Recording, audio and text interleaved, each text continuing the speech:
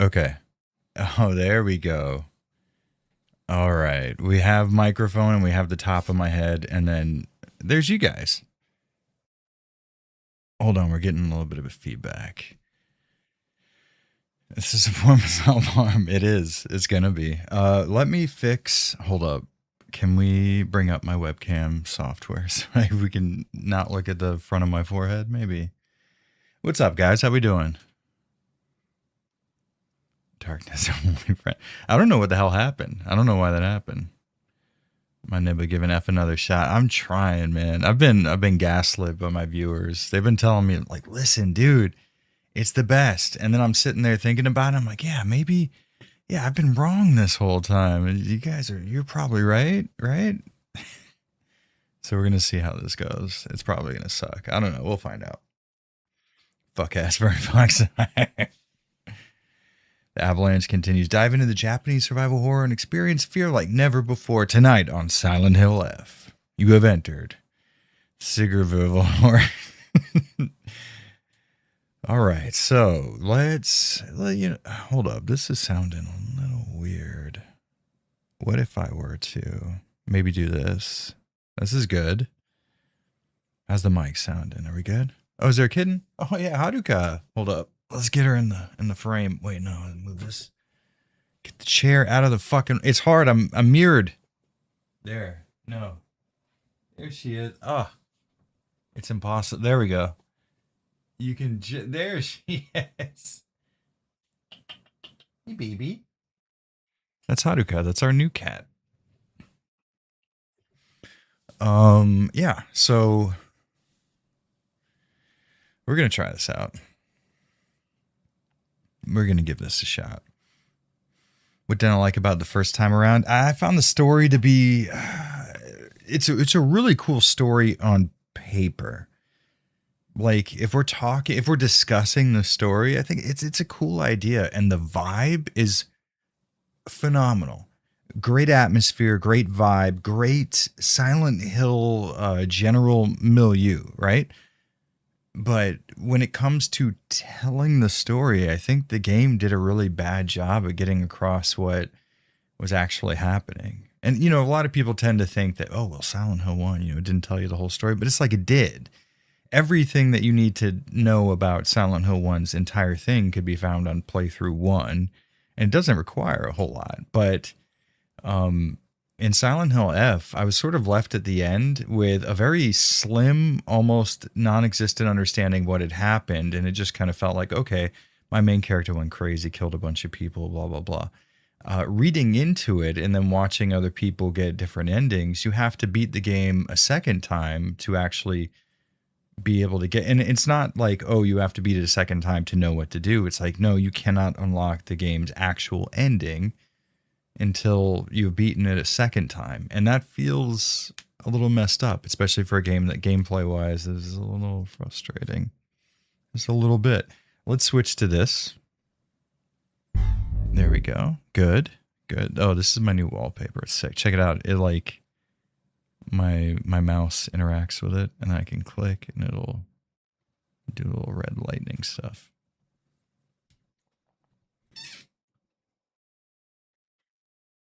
Downpour lost. Yeah, I did, but not by much, to be honest. It put up a good fight for sure.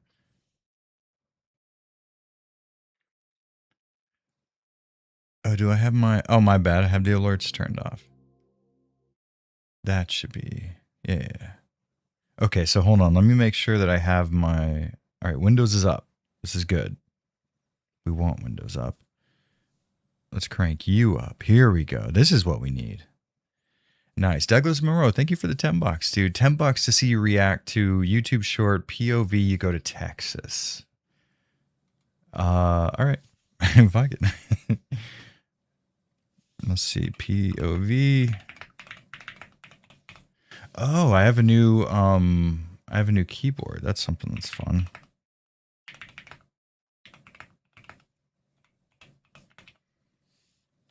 POV, you go to Texas. It's a short? Oh, I have it to where like, okay. I have the shorts not displaying on my main shit. POV, you go to Texas. Why is it not finding anything at all? That's weird, huh? Yo, like I'm getting POV, you live in Texas, in these Texas cities, Texas be like. Yeah, I swear to God, I'm not getting anything for shorts. And then look, hold on. When I do search for shorts, nothing shows up there. Ridiculous. I guess I don't know how I would get a link for that. Somebody allow me to figure this out, please. Of course, I have to slap my ass. Hell yeah, dude. We're getting fucking weird. Let's do it. Let's play Silent Hill F, huh? Minimize you. I'm gonna crank down Silent Hill F's volume here. There we go, baby. Yeah, we're fucking in.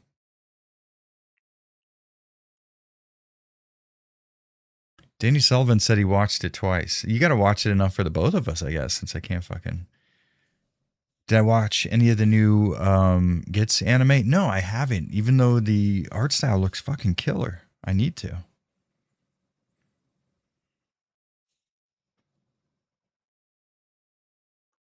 Texas be like a blazing hell. I don't know. It's better than South Florida in the sense that you're not underwater the entire time. So that's nice.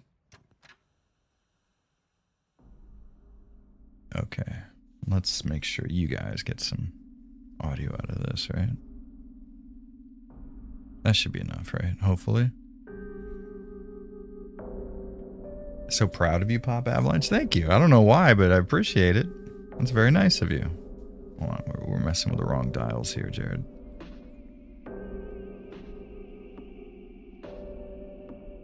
Fuck yeah, fucking get it. I hate these trigger warnings. You know, here's one thing. And I don't know, like maybe, is this going to make me sound like an asshole? I don't know what happened to story, I guess. Weaker enemies, more resources. The traditional Silent Hill difficulty for story-focused players. I don't know. Let's go with story, I guess. Puzzles, story. I don't know. That's probably right. So before every game, before every movie starts, oh, that's sick. Fuck yeah. Should we? Her school uniform looks great though. I don't know. Maybe just stick with the regular, right? No, we gotta do it new. So yeah, before every YouTube video that starts now, it's like an epilepsy warning. And so what happened? Did we all get epilepsy in a very short period of time, and the whole world has become just lousy with epileptics? I don't get it. I don't understand why that became like the thing. Everybody's like, holy shit, we got to make sure that people aren't having epileptic seizures. I was like, were they doing that at high amounts beforehand? I don't get it. What was happening in the 90s? Were just people were just falling down in the streets having seizures at every episode of The Simpsons? But it's like every single thing that starts, sometimes it's movies, YouTube videos, advertisements. And I don't know, man. It's just weird. It's weird as fuck that the entire world now has become like, holy shit, we got to watch out. And I know I know a guy who has epileptic seizures, so it's not like I'm pissed off about it or anything. I want my buddy to be all right, but it does seem weird that the entire world seemed to randomly dive into that. Spider-Man was good?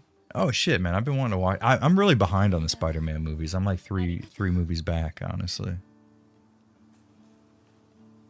Wear the furry bunny costume. I didn't even beat the game, so I didn't get a lot of the unlocks and stuff like that. Why are we getting screen tearing there, buddy? Can we?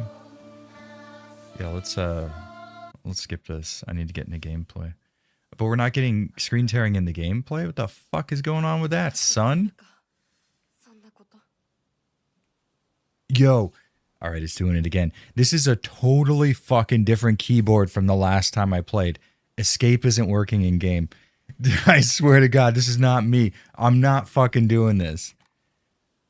Oh, dude, I swear to fucking God, this is not my fault. This is a brand new keyboard I just built, and Escape isn't working in games again. Yo, what the fuck is happening in this world? Why does Escape? Man, I'm so fucking tired of this.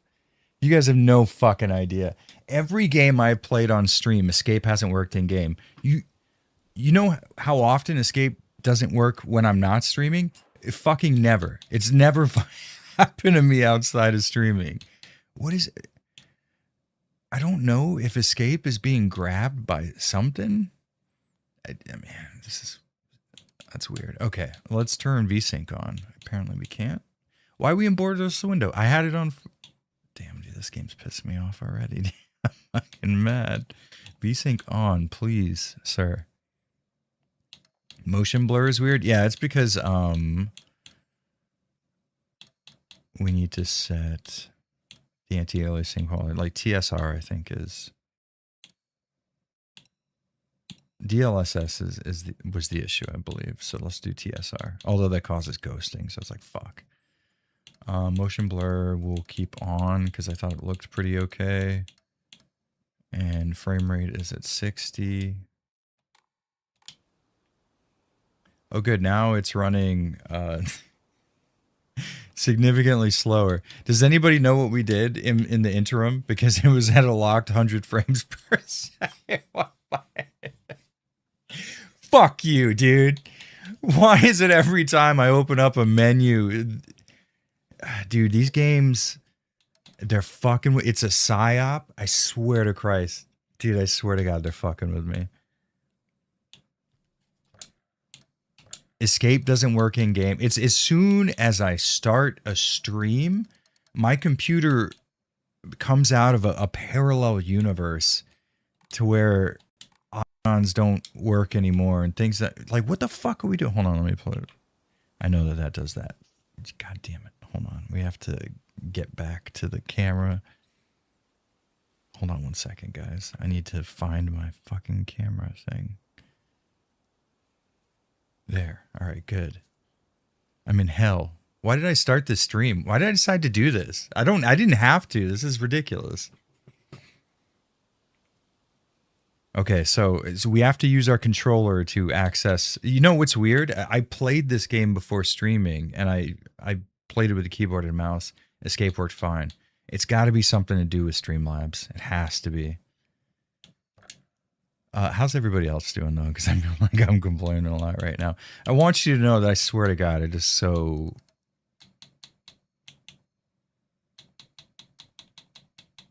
warranted. We're going to do DLSS. I fucking... Jesus Christ. Just so that I don't die from unoptimized nonsense. A motion blur off looks nasty, though. And it doesn't quite look like we've got VSync going. How are we running? How do you run? Honestly, if there's one thing that's the worst thing in the entire world, it's clicking in the left stick to run. That is awful. Ew, gross.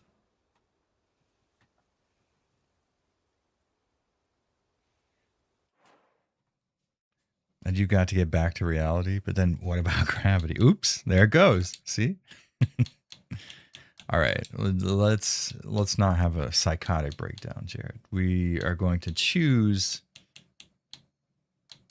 to be regular today. We're going to turn motion blur on because honestly, without it, but with it, you know what's weird is I remember this game looking and playing really well before. I don't know. That's kind of sucks, though. I'm being honest.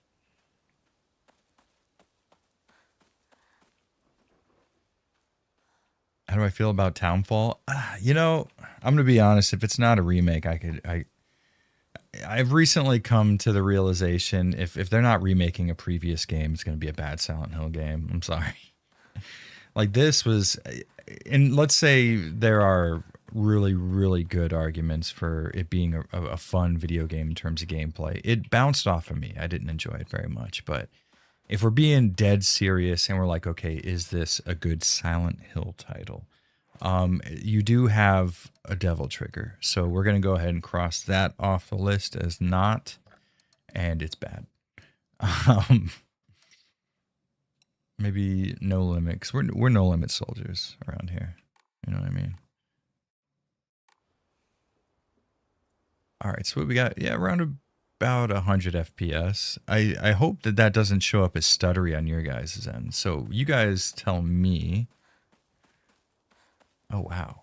It's dropping down to like 77 frames per second. Are you out of your mind, dog? Yo, what the fuck is happening?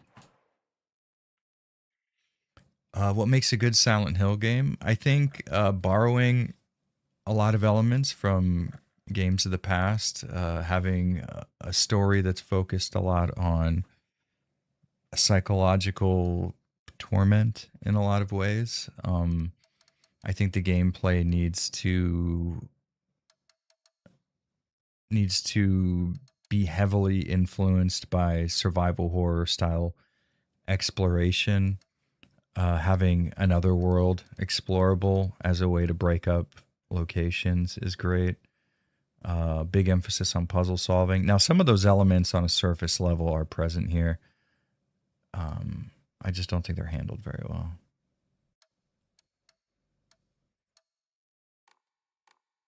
Let's see. Can we squeeze 120 out? There, we got 120, baby. Hell yes. Hello, 120. I missed you so much. Oh, but weird. It just jumps down to 90 the second I move. Interesting. Huh. What if I like told the frame or the resolution to go down to 50%? What if I did that? Guys, welcome to what it's like playing a video game with me, by the way. My wife can't stand it. This is what I do the entire time. That's not a 50% reduction in render resolution, though, so I don't really understand what the hell's going on. Nothing has changed. Dude, I'm so much. Your computers are so fucking awful. Look, you guys saw me do it. Screen percentage, the resolution to improve performance. Did you guys see the resolution drop by half? Or any sort of performance gains whatsoever? No, I didn't either. Interesting. You fucker. Do not all these games have those qualities? No, they don't. That's why I said it wasn't good. I think Silent Hill F falls victim to the same exact problem that most modern day Silent Hill games fall into, and that is an issue of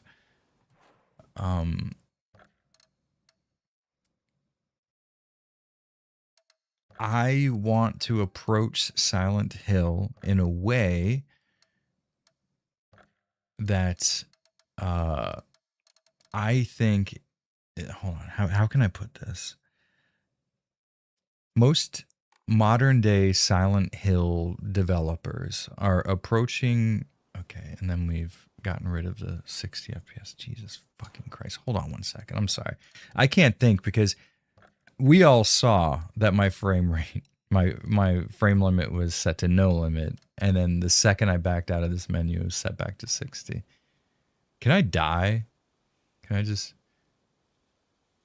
Oh, but then turning the... Wait. We had a lock 60 before, but if we turn it on no limit, then we actually lose performance? What is happening? Can I fucking... I'm not going to say this shit that I want to... This is such ass. Video games are so fucking awful, dude. The fact that computers exist makes me want to commit atrocities.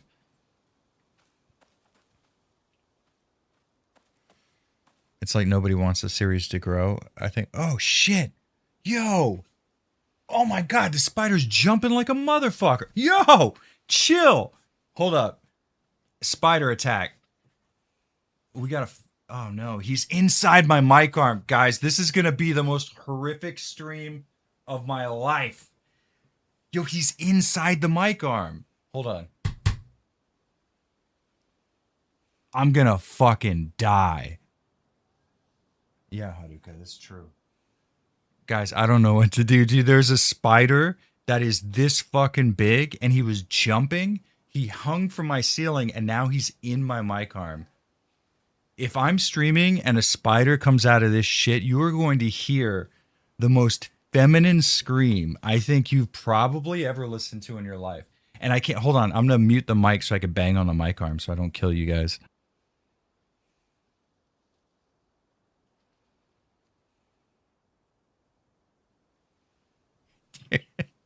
This is the most cursed stream. Imagine. All right, listen. I need real-time updates. If you guys see a spider crawling on this mic arm. Oh, there he is. I see him. Hold up. I got you. I fucking got you. Hold on. We're going to play this real smooth. Oh, shit. No, not inside. You fucker. Hold on. We got to be smart about this. You be ever so careful, Jared. Yo, this is for real. Oh, he's on the other side. Okay. We're good. Hold up.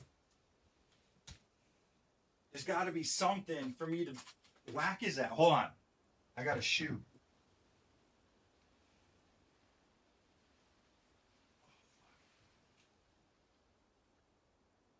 It's the universal spider kill. Oh, fuck, he's jumping around. Guys, you have no idea. Bitch ass. Oh, fuck. He's a jumper. Yo, that's gotta be it. Dead at. Got him. Fucking got his ass. Dude, get out of here. Odds the spider crawl. Dude, that's my luck right now. What's happening with this stream? God damn. White spiders can't jump. This one is melanated. I saw that fool jumping around. That was terrifying.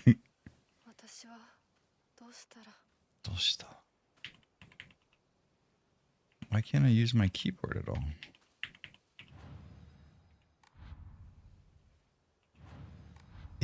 Hold on, I gotta turn my controller off.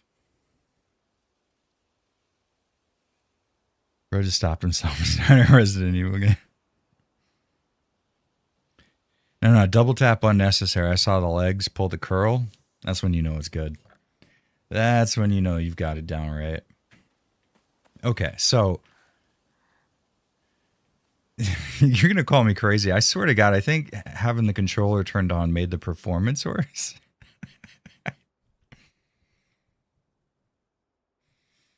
Spiders start running around. Dogs and cats living with each other. Mass hysteria, dude. Low-key hyped for this. Tied for my second favorite Silent Hill game. Interesting. I mean, listen, I said it in my video. The vibes, the atmosphere in this game, phenomenal. Really, really good. When I first played it, I spent so much time in this initial section just really enjoying myself. Optimization is dog shit in this game, but it's a modern video game. It kind of feels like I spend so much time saying that in my videos that people, they're going to get so tired of me saying the same things over and over again. Like I shouldn't have to use DLSS to play a modern video game at 4K with a top-of-the-line GPU. But people are so fucking tired of hearing that.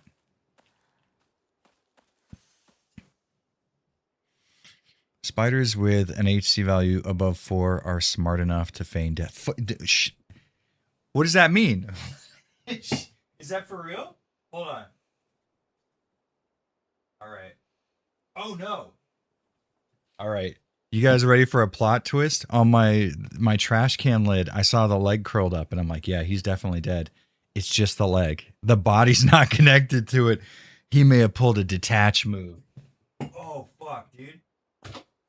We have a rogue agent on the loose. This is going to be interesting.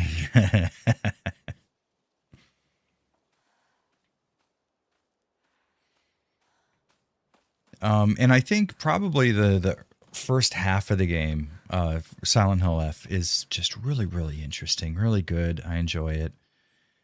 When you get a devil trigger and turn into a fox and fight like 12 enemies at once it's not good.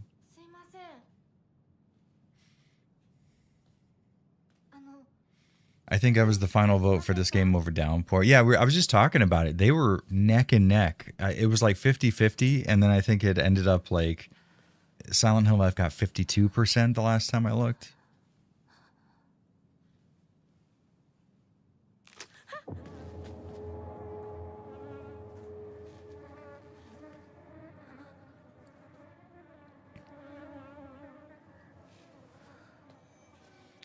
What are you talking about? The title affected your enjoyment?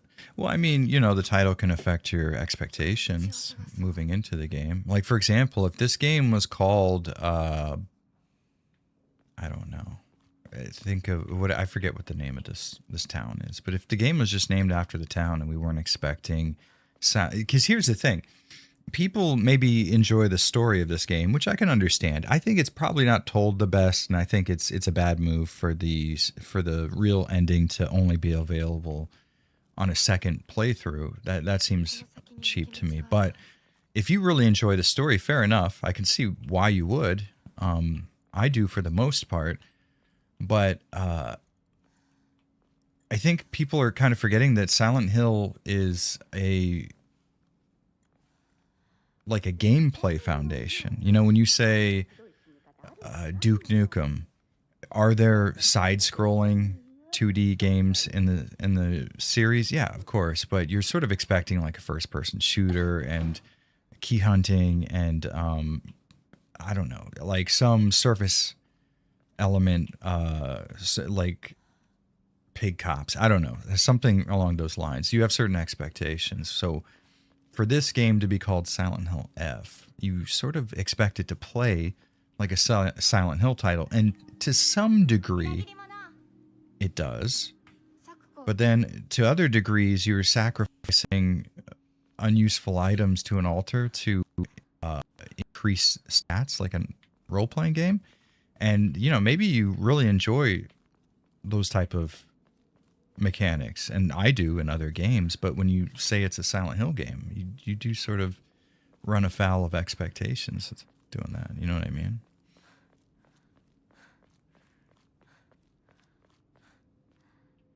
Does this game have loss of face and marrying fox boys? Those are my specific fears. Holy shit, you're gonna hate this game.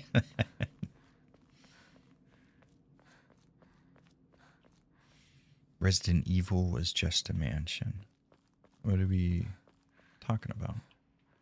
I don't think that's the case. It's a gameplay style. One of the things I like the least about this game is that you need to beat it like 4 times to get... Yeah, see, that seems very cheap to me. You know what I should have done is... I should have bought this on console when I had the chance.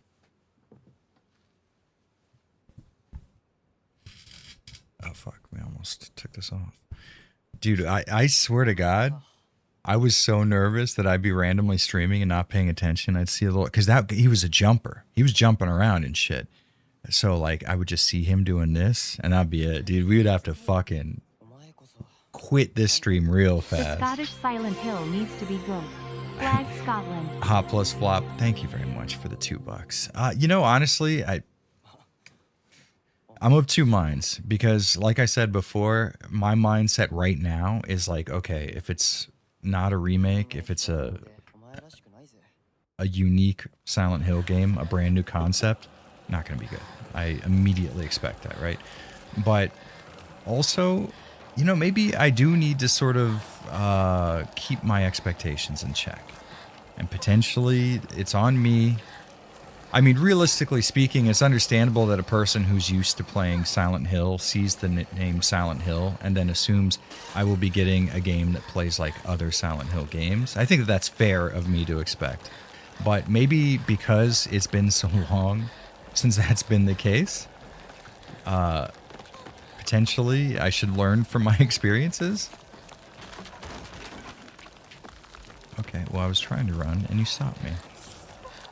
So I don't know. Maybe what I should do is look at Silent Hill Townfall and think to myself, hey, maybe this is going to be a fun horror game with an interesting story or a cool concept or something I can latch on to and enjoy in spite of the fact that it's probably not going to play like Silent Hill, even though I would really like for it to. But I don't think it's out of the I'm not out of line by expecting a game called Silent Hill to play like other games called Silent Hill. I think it's fair for me to feel that way. I'm open to side games in the series that change up the formula, and I see F that way. I think that's all right. Yeah, like if it was a spin-off, I could certainly see that. I think the way it's being marketed, though, is as, you know, this is the next Silent Hill game. This is like what Silent Hill is. Potentially, I could be wrong. Maybe I'm interpreting that incorrectly. But I do think it does sort of affect the way you come into the game. And I do think it's not necessarily out of line for a person to have that sort of... You know, it's so weird. I wonder what it is about Streamlabs that... Hold on, let's real quick while we're just sitting here hanging out, talking shit for no reason at all. Where's my mouse? Here it is. Let's see. Streamlabs OBS while streaming escape key on keyboard doesn't work. Huh.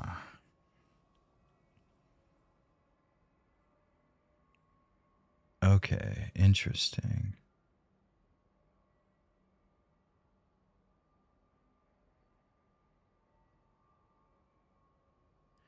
It's okay, so I wonder, all right, so Streamlabs, it's saying maybe Streamlabs has the escape key assigned to a function. Why would that be the case, though?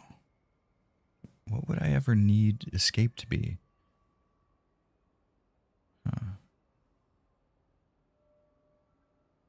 Oh, my cats are screaming in the background. I don't see that. Okay, let's maybe right here. No? I am not seeing that. Switch scene. Very strange. All right, so that has to be it then, right? That's got to be it.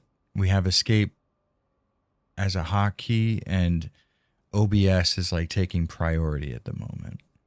I would assume that has to be it. Got to be it.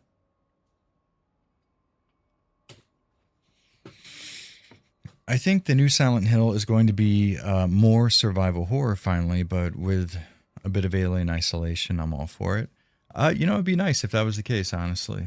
I am expecting it to be kind of shitty, to be honest with you, but I think that that's just coming from my own sort of...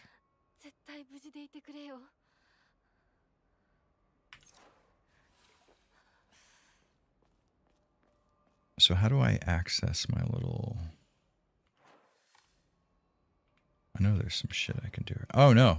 Oh, I did not mean to do that. Certainly not. There's got to be other... Key. Oh, here we go. Okay. That's it. What button was that? B? B. All right. That's our item menu. Omamori, weapons. Okay. We're playing a video game. We're good.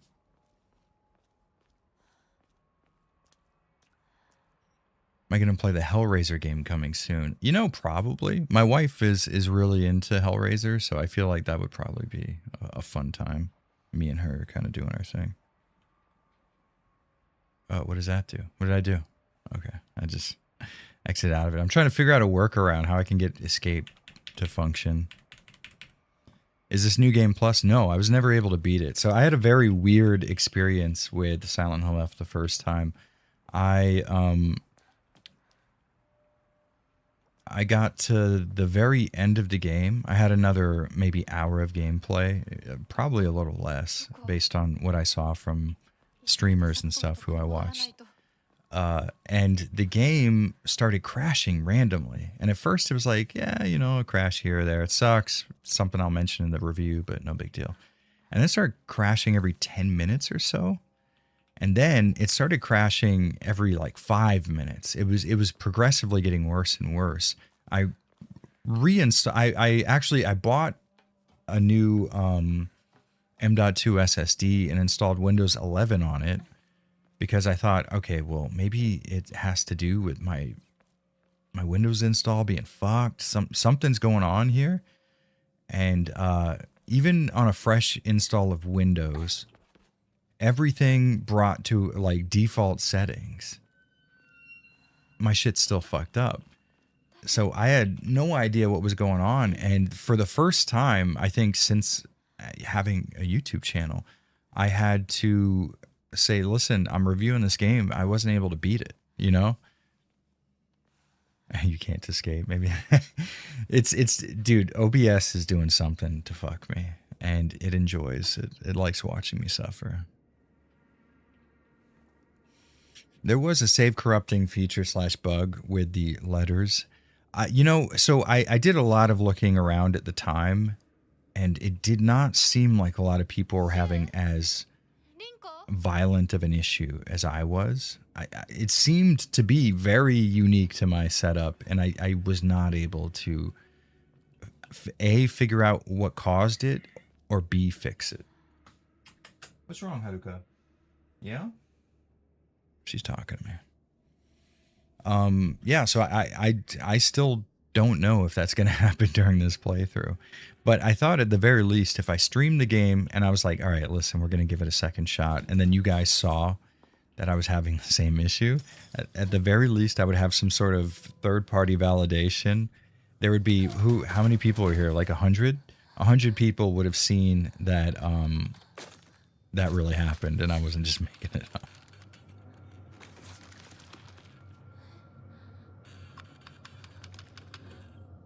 Game not you? Game? What do you mean game not me? Yeah, I had some issues, nothing anywhere near. Yeah, it seemed like when I was looking up crashing in Silent Hill F, it was mostly people saying like, yeah, here or there I had like an issue, you know. But it was nowhere near what I was experiencing.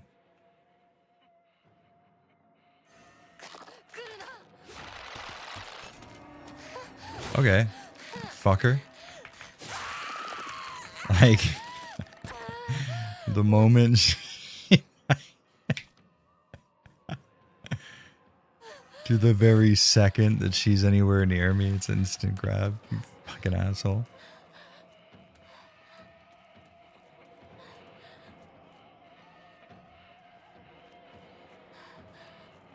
Might as well look around, right?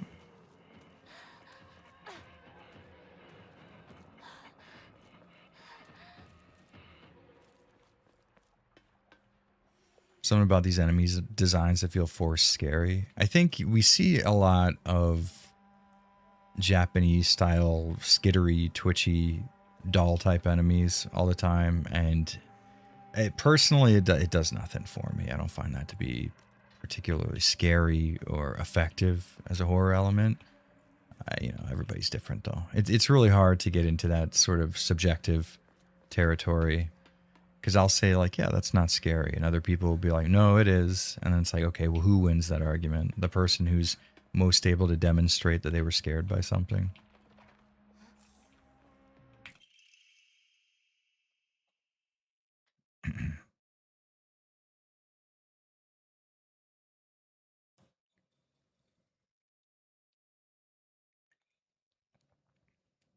are you using the government mandated DLSS that's required to make these games run properly? Right now, we're not. I don't believe so. Let's find out. Oh, wait, I can't hit escape. That's right.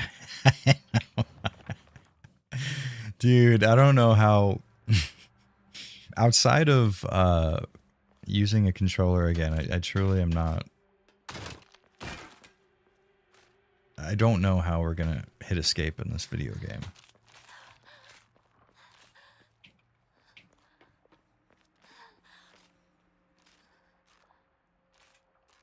Like, I think the rigging and the movement and the animation are pretty good overall. It's just like, I don't find that to be a very effective enemy type.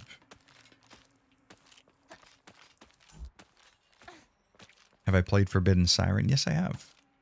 I made a video a long time ago about retro games that sort of play like Resident Evil. And I included Forbidden Siren in it. Although I don't really get into Forbidden Siren. It's a pretty trial and error type of gameplay style. I don't much care for it, but I really like the atmosphere. The same thing as like the first half of this game, exploring the town, seeing that like ancient early like 1910 1920s Japanese architecture. The general sort of, because I've been to a lot of small Japanese towns and they do look exactly like this. So it's really immersive. It's really atmospheric. I enjoy the shit out of the early parts of this game. Once you start going into the shrine world and fighting, 10 plus enemies at a time, the effect certainly wears off. But if the entire game took place here in this type of a location with a sort of limited set of enemies, I'd be with it.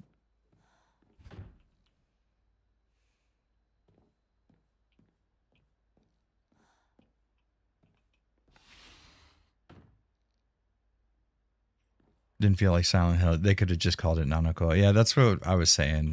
Had they have called it something else, I think it probably would have continued. Because here's the thing: like Asian horror is pretty big right now. I don't think it would have been very hard to get funding for a video game that played like this. The name Silent Hill, I don't think was necessary.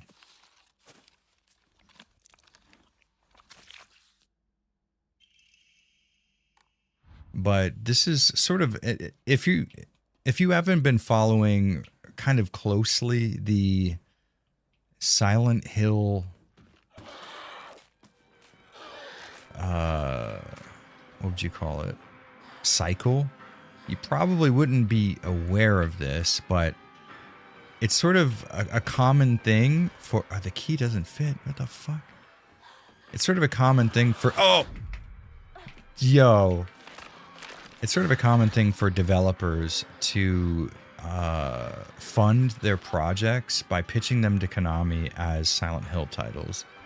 And that's essentially the way that a company that maybe needs a publisher pretty desperately. Okay, well, can I fucking open the door then? No, I guess not. That's on me. That's my bad. I should have known. Yeah, it's really popular just to come to Konami with a general horror idea and then put the word Silent Hill in front of it. If you've ever played Silent Hill Shattered Memories, that's what that company did. They essentially had already written a psychological thriller and came up with a gameplay concept, and then they changed the names around so that there was a Harry Mason and a Cheryl, and Konami was just like, I can take that shit. So if you are, I don't want to say upstart because this company did a lot of porting and stuff for big developers. So they're not like fresh to development, but I think this was probably the biggest project they ever worked on. And the only reason they got funding for it is because it was a pre-existing concept that they came to Konami and said, we could put Silent Hill on this and you would make money. And Konami was like, That's what we'll do then. I still have not watched the new Silent Hill movie. I really need to. I mean, everybody says it's so fucking bad, and I believe it because it looked awful. But, God, I just don't fucking want to. You know what I mean? I would have to force myself to watch that movie. Just watched this, your review of this one. What a coincidence. Honestly, before streaming this, I probably should have watched my review so that I could have freshened in my mind some of the stuff I didn't enjoy about it. But all right, let's see. We're gonna keep our eye on this fool. There we go. I still want to get that item though. Yeah, give me that. Yeah. Fuck out of here. Open that shit. Get.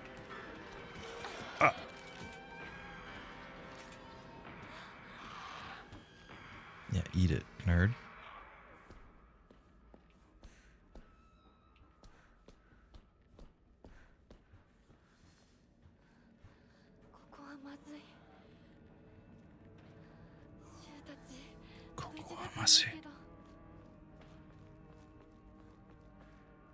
Fox Mask did nothing wrong. He really didn't.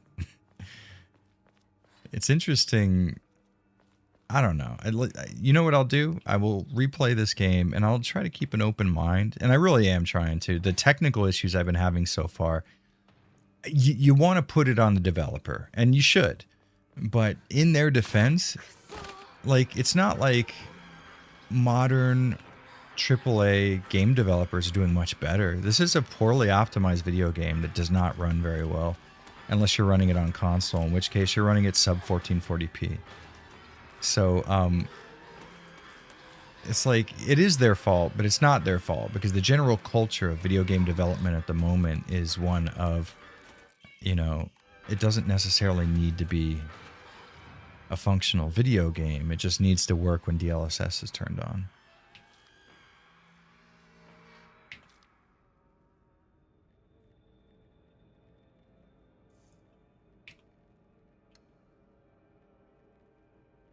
Okay, we want to enshrine. That red comb we can't do? Okay, let's... oh, the antique comb. There it is right there, dummy.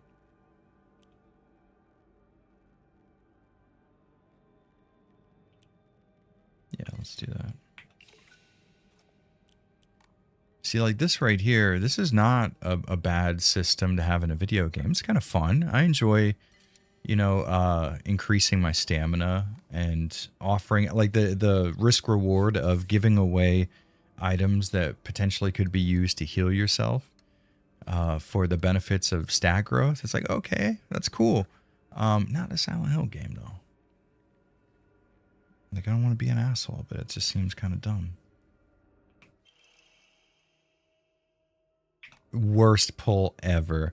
Worst fucking pull ever. Decreases line of sight. Get the fuck out of here. Oh, P. Okay, there we go. That's how we get to our options. All right, nice. Dude, we figured this shit out. So this is something I've been noticing a lot lately is games will have not like a DLSS option, but they'll list DLSS under anti-aliasing. And hopefully, maybe somebody can tell me what's behind that. Is it actually just using DLSS as an implementation of anti-aliasing, or is it activating DLSS, like actual image scaling? I don't know. It's weird. What is it, baby? Where are you? Meow? Haruka needs attention all the time. Stupid shrine gacha system. It is very Japanese in that sense, for sure. Omamori. We'll put the clam on, even though that's the worst pull of all time.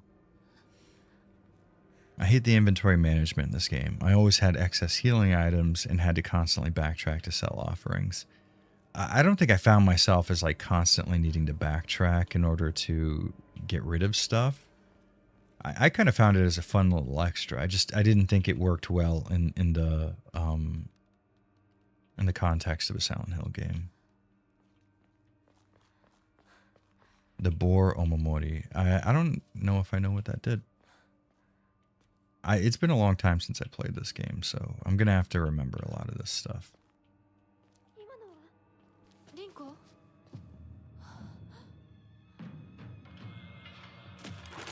Alright, it's time to fight. That's my light attack. Won't deal much damage. Heavy attack. Far more damage, higher chance of stun. Okay. Interesting. Okay, well, I definitely don't want to use the C key because that's like hard to reach. So maybe afterwards, so enemy attacks leave, yeah.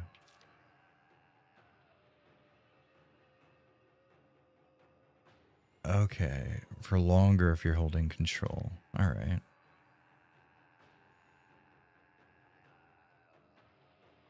All right. That's one thing I got a lot of criticism for in my video is people are saying it's like, dude, you gotta be holding control for that focus. And I guess that does pan out.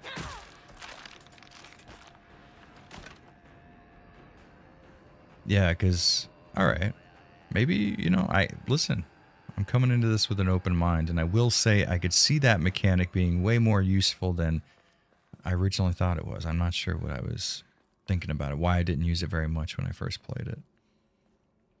I will say, though, most of my issues don't come from the combat being too hard, necessarily. It's more like, god damn, I hated the... Like, right when this motherfucker starts winding up. There we go.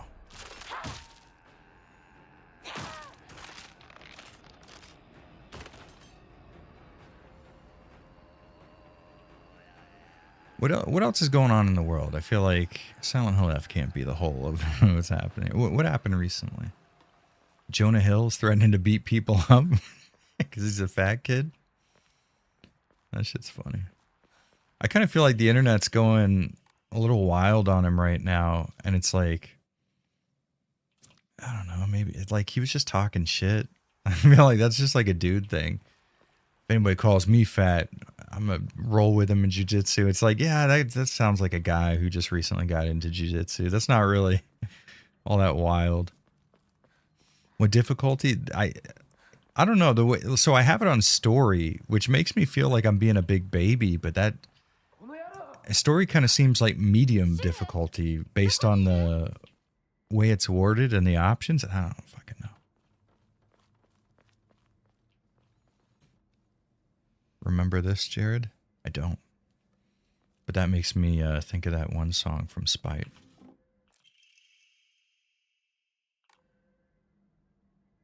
They remade Halo 1 and it was mid. How many times are they going to do that? Didn't they already remake Halo 1? What was the Master Chief Collection? Oh, that was a remaster, wasn't it? I know I was never much of a Halo guy. Growing up, I sort of had a pretty heavy like anti-Xbox bias. I did not like Microsoft Xbox at all, and it was because Halo came out, and maybe let's see this. This might have been different in your guys's circle of friends or area or whatever. I found that most of the people who were playing Xbox and getting into Halo as a first-person shooter were people who did not play video games prior to that. Like, the Xbox was like primo, casual-ass normie territory for me. So you had a bunch of people who were like, yo, Halo's so sick. And it's like, dog, I've been playing first-person shooters since you were in elementary school, and I don't know, there's just like nothing that great about this. I didn't like how it took like a full magazine to kill somebody, or how like melee hits were more powerful than 64 shots from an assault rifle. That seemed retarded to me, you know?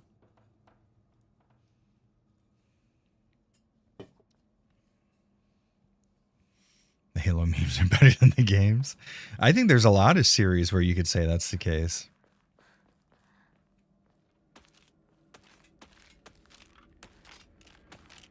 Buenos dias, beaches.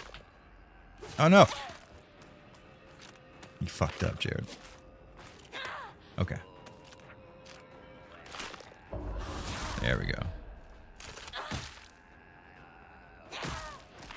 Nice. Get her ass. Alright.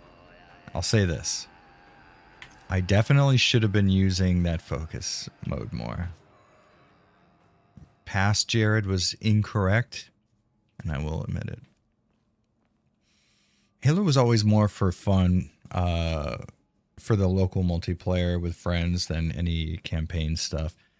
Yeah, maybe it was because I've never been much of like co-op kind of guy. I really like single player focused, story based first person games.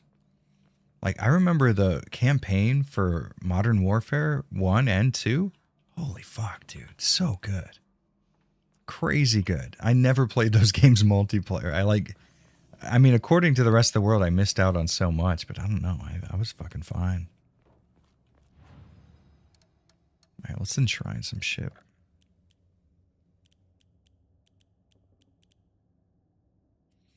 Like, what about both Yokons? I mean, we probably shouldn't take a lot of the red capsules, but I don't think we can do anything about that. Have you seen Echograph on Steam? I looks like a Gothic Fatal Frame clone with PS1 graphics instead of PS2. Yes. How you doing, Reagan, by the way? Thank you very much for the $5. I have seen that. I've been talking with the developer. I'm trying everything I can to like force them to put a demo out at this point because I want to play that shit so bad. We'll leave one of the Yokon. Yeah, very, very interested. Man, like, because I'm recording footage of Resident Evil clones or, modern survival horror games right now. And, man, am I feeling... Like, I want something right now that's to break me out of the... Even though, like, that's all I do. Is all I fucking do is request that video games play like Resident Evil 2. But at the moment, I'm like, fuck, I need something different than just RE2. You know what I mean? Time Splitter's better than Halo? 100%. It doesn't get more true than that.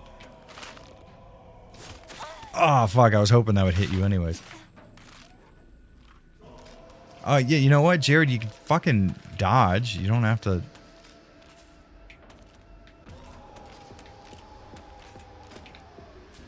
I don't know why I forgot to dodge. Oh, no. Yeah, fuck off, idiot.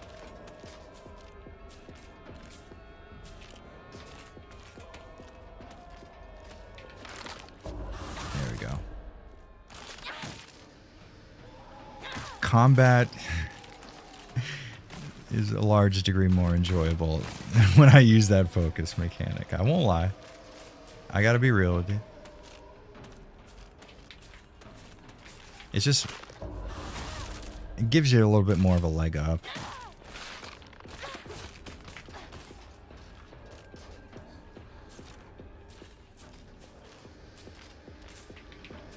Alright, what you got? What you got? What you got? Let's see if I can do it without focus. Just fucking beat on him. Come on, do something, please. See, this is my biggest problem with the game from the outset, is like most of the fights, unless you're using focus, is this right here. It's like, oh, make a move, Buster.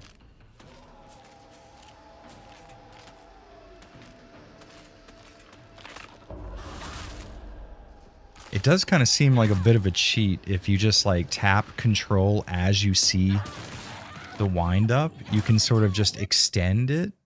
But then at that point, why wouldn't you just hit the attack button then?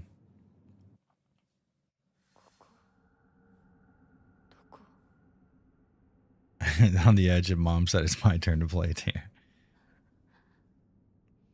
Damn. DLSS is not doing this fog any favors when you move the camera around. When the camera's still, it's a little speckled, but not bad. But when you move it around, it really fucks it up. Damn, girl, you got a way bigger head than your body. Apologies, but them's the breaks. And take the red pill. It's so wild how like a weird little verbal thing in a Matrix movie is what is the most culturally important thing. Well, fuck. I wasn't paying attention.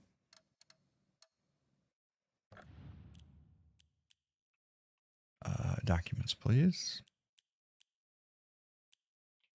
Oh, okay. Well, great. I don't know where any of this shit goes now. This is my best guess right here. Check this out. Oh, wait. Maybe we just go by the knots, perhaps? Is that a thing? I don't think it is, Jared. I think you're dumb. Okay. There we go. Oh, you know what I've been watching is me and Josine started that one show, A Night of the Seven Kingdoms. I believe it has to do with Game of Thrones. It takes place in that narrative universe. It's really fucking good. Like, it's like Game of Thrones on a sort of ground level type of. It's really, really good. It's got great writing and really fun characters. Okay, well, maybe we examine you. Damn, that's a complex knot. That's you right here, then. It was the knots, Jared. You should have known. You should. Ew. All right, so we got 3 little guys there. So that's all right. Rat goes here for surezies, right? That's that easy. I mean, come on. That's that fucking. I can't watch The Matrix with feeling things. Pretty sure The Matrix and Blade is responsible for my love of leather. I mean, I'd be surprised if it wasn't, to be honest with you. Damn, that was a time for leather. The early 2000s, forget about it. You're getting leathered up.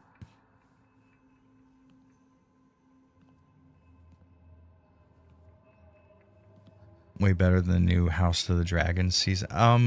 You know, honestly, I remember that exists, but I truly don't know anything about it. Is it any good, House of the Dragon? Night of the Seven Kingdoms is dope. It's really fun, dude. We're 3 episodes in right now. But it's just like got such great writing, really good dialogue, really good fucking. It just, like I said, it feels like a very ground level, grounded story taking place within the whole Game of Thrones universe. It just feels like a period piece, like a medieval drama suspense thing, and less like a massive, you know, globe-trotting monsters and sorcerers and dragons and stuff. It just seems to focus more on like local politics and this guy trying to become a knight and the restrictions and class differences and a bunch of stuff. And so far it hasn't shoved any like whack ass like mid modern day social politics in my face, which any show that elects not to do that is so fucking refreshing.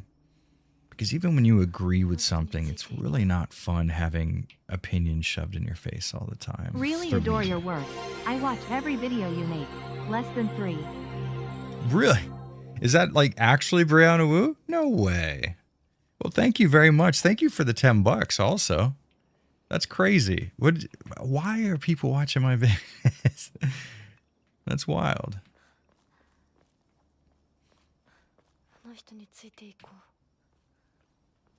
You know, it's funny. So I, before streaming this, I was at the gym, and sometimes I listen to my own videos because it's hard to get an idea for the things you're doing wrong unless you're listening to stuff from a while ago.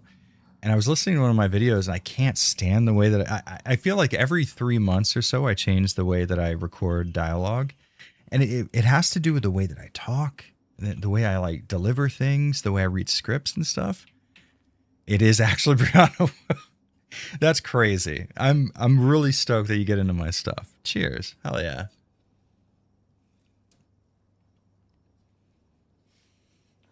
Yeah, but I need to change the way that I read my scripts when I record my voice, because I'm not very happy with it at the moment. But while I'm recording it, I'm like, dude, fuck yeah, this is it. This is the best thing I've ever done. It's incredible. And I listen to it afterwards, and I'm like, dude, I can't stand this. I hate every single bit about this.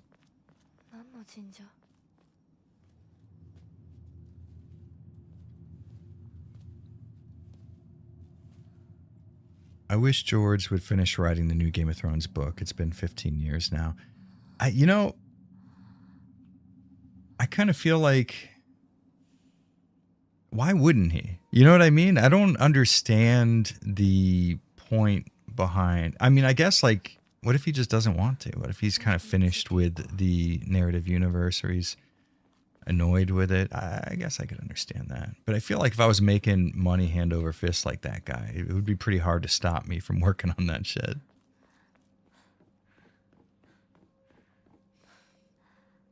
Perfect muscles, perfect voice, choose wisely. Honestly, oh yeah, muscles every day.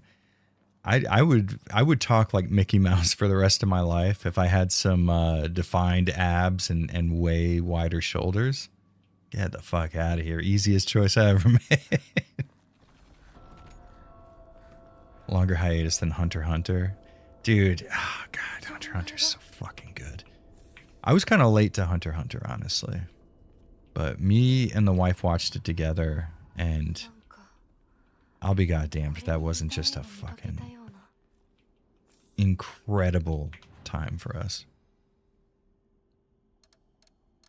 All right, do we have anything to enshrine at the moment? We do not. I want to keep those. Let's do one. We keep one around. You never know.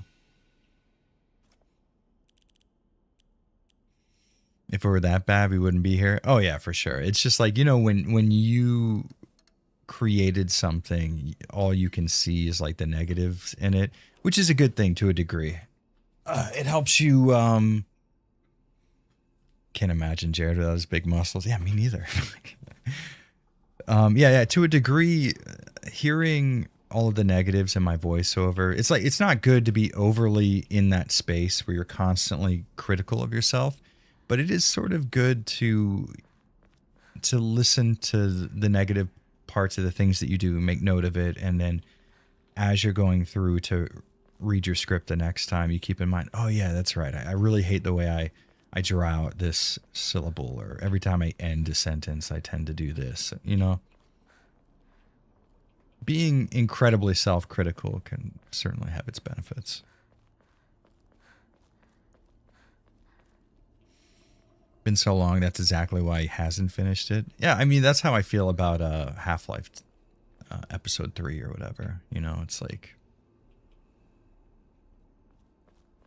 there's no way at this point for them to even realistically finish it, because it's like, okay, how long has it been? And what are we going to deliver? There's no way it could live up to expectation. It's just impossible.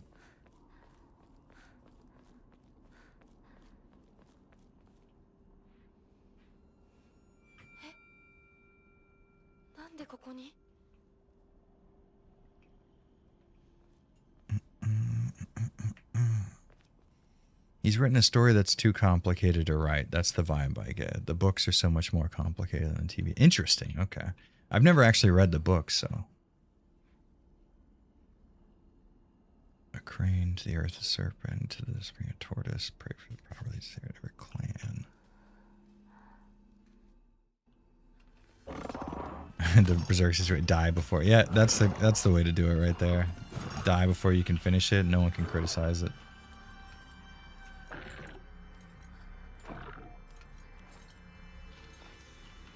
Alright, let's fuck this fool up now that we know to use focus, and for some reason we didn't do it before.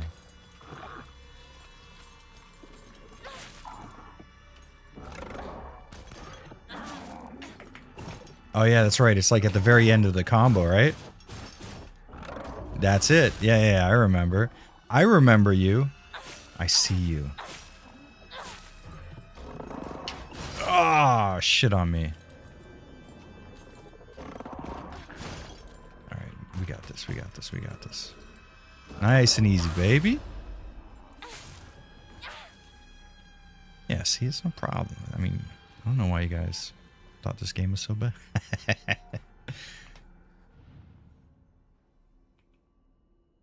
Yeah, this is one thing that was always really weird. This puzzle specifically causes the frame rate to move really choppily, and I don't understand why.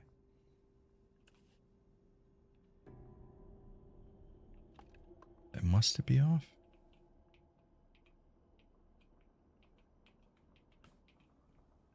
Turtle. Better look for more. I completely forget. Am I looking for more here? I should have been paying attention. And this is going to be tough. All right, so we got a turtle that gives us this. What we're doing right now is we're having an idiot playthrough. All right, give me that. Here we go. A crane, a serpent. It's hard not be critical, but remember your voice is what brought you an audience. It's true. ASMR with survival horror enthusiast. Don't be harsh on yourself. Yeah, I'm definitely not overly harsh, I would say. Thank you for the $5, by the way, Regan. Yeah, I don't think I'm ever too tough on myself. At the same time, though, it is kind of hard for me to see the things that you guys do. Should I be taking a picture of this, maybe? And that's what I'll do. Bam. Done. Yeah, I don't let it get too into my head. You know, it's just like, I'm a perfectionist. So I'm definitely going to be overly... I'm going to examine the stuff I'm doing way too much, but that's all right. I don't let it negatively affect me. To a degree.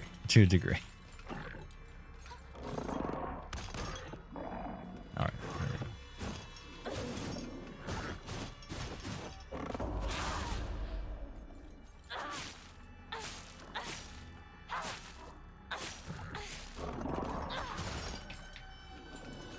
Okay, that was a mistake. I thought we could like damage rush him.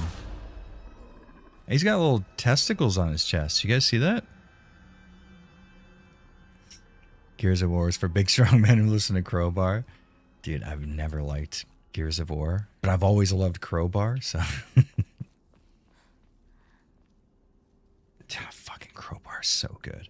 Oh, alright, so here's something interesting that I'm doing. It's a little new. So, if you guys have been around for a while, you'll know that I hide, like, heavy metal, hardcore, and punk rock albums and bands and songs in my scripts. And I usually put one in like every other video, but I've been watching a YouTuber lately called Muujin, and it's like he's like a home improvement kind of like woodworking DIY type of guy. Incredible content. Could not recommend his stuff enough. But what he does is he kind of points out when he mentions the kind of stuff that I usually do. Like I would just say. I would mention offhand 5 Nails Through the Neck or something and just expect that everybody knows that that's a great Cannibal Corpse song. But he instead like shows the album cover on screen and plays the music as he's saying the phrase or the song title or whatever for a very short period of time. So you can't even really get an idea for it outside of like just the general vibe. And I'm not going to lie, I'm just going to straight up steal that from him because it's really fun. So I wrote a few parts into this script that's coming up that's going to have a lot of that stuff.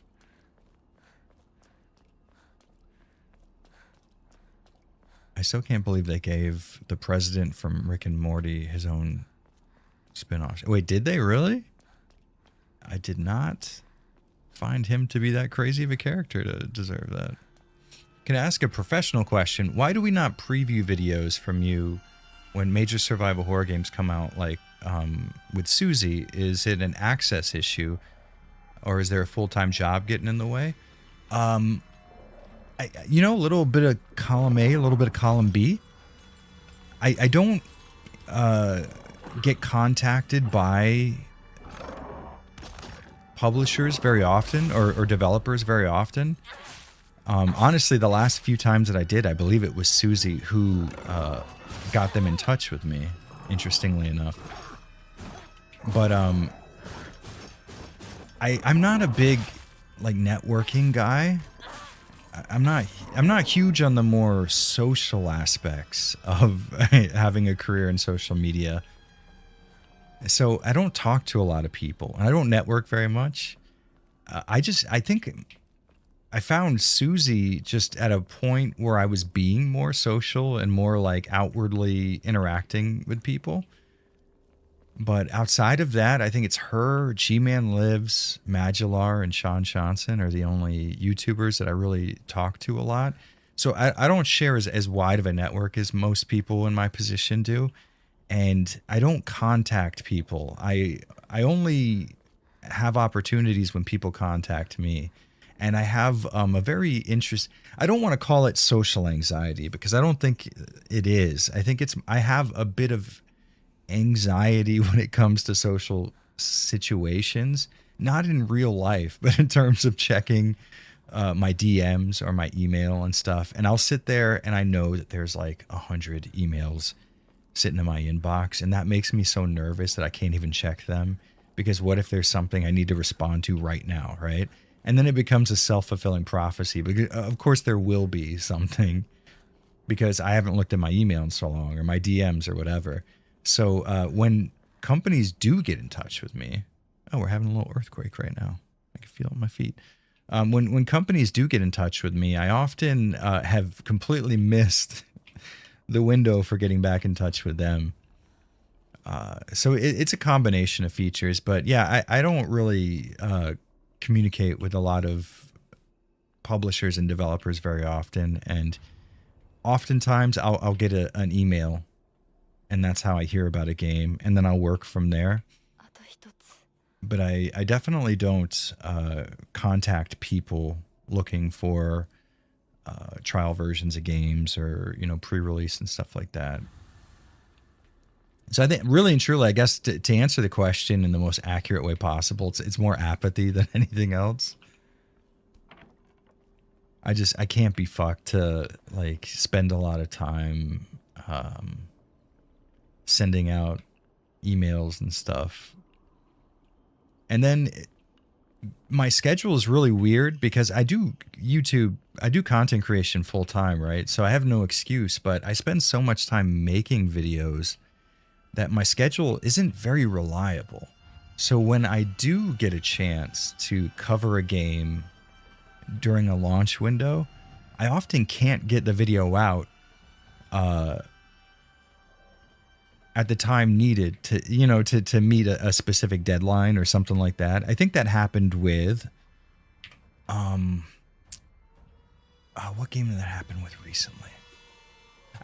So I got a product from a company. Actually, it's just over here. Where did I put it? Well, shit. Oh, here it is. So PixelFX got in touch and sent me their Morph 2K, which is an incredible scaler for the price. I would say it is in direct competition with the RetroTink 5X, and it's cheaper, and I can't think of any reason that I've been able to find that you would go with the Tink 5X over the Morph 2K outside of liking one company over another. But they gave me this, and I took so long looking into it and evaluating it that I missed their pre-order window, and I'm sure they're fucking furious about that. But it's like that's what happens to me all the time. I spend such a stupid amount of time working on stuff that I don't end up getting anything out. It's such a weird contradiction.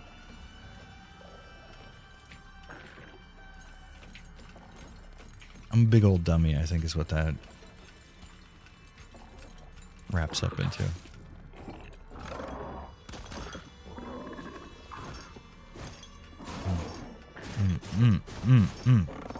Bam. With your bitch ass. The fuck out of here. Yeah, what's up now, fool? What she got? For what it's worth, your opinions have caused me to buy plenty of games. I would love to see you lead preview coverage. Always happy to introduce you to anyone you want. For what it's worth. Very, very. Thank you so. First off, thank you for the $10. But also, hell yeah, that would be amazing. I guess like what, on Twitter? Maybe I could send you a DM or something.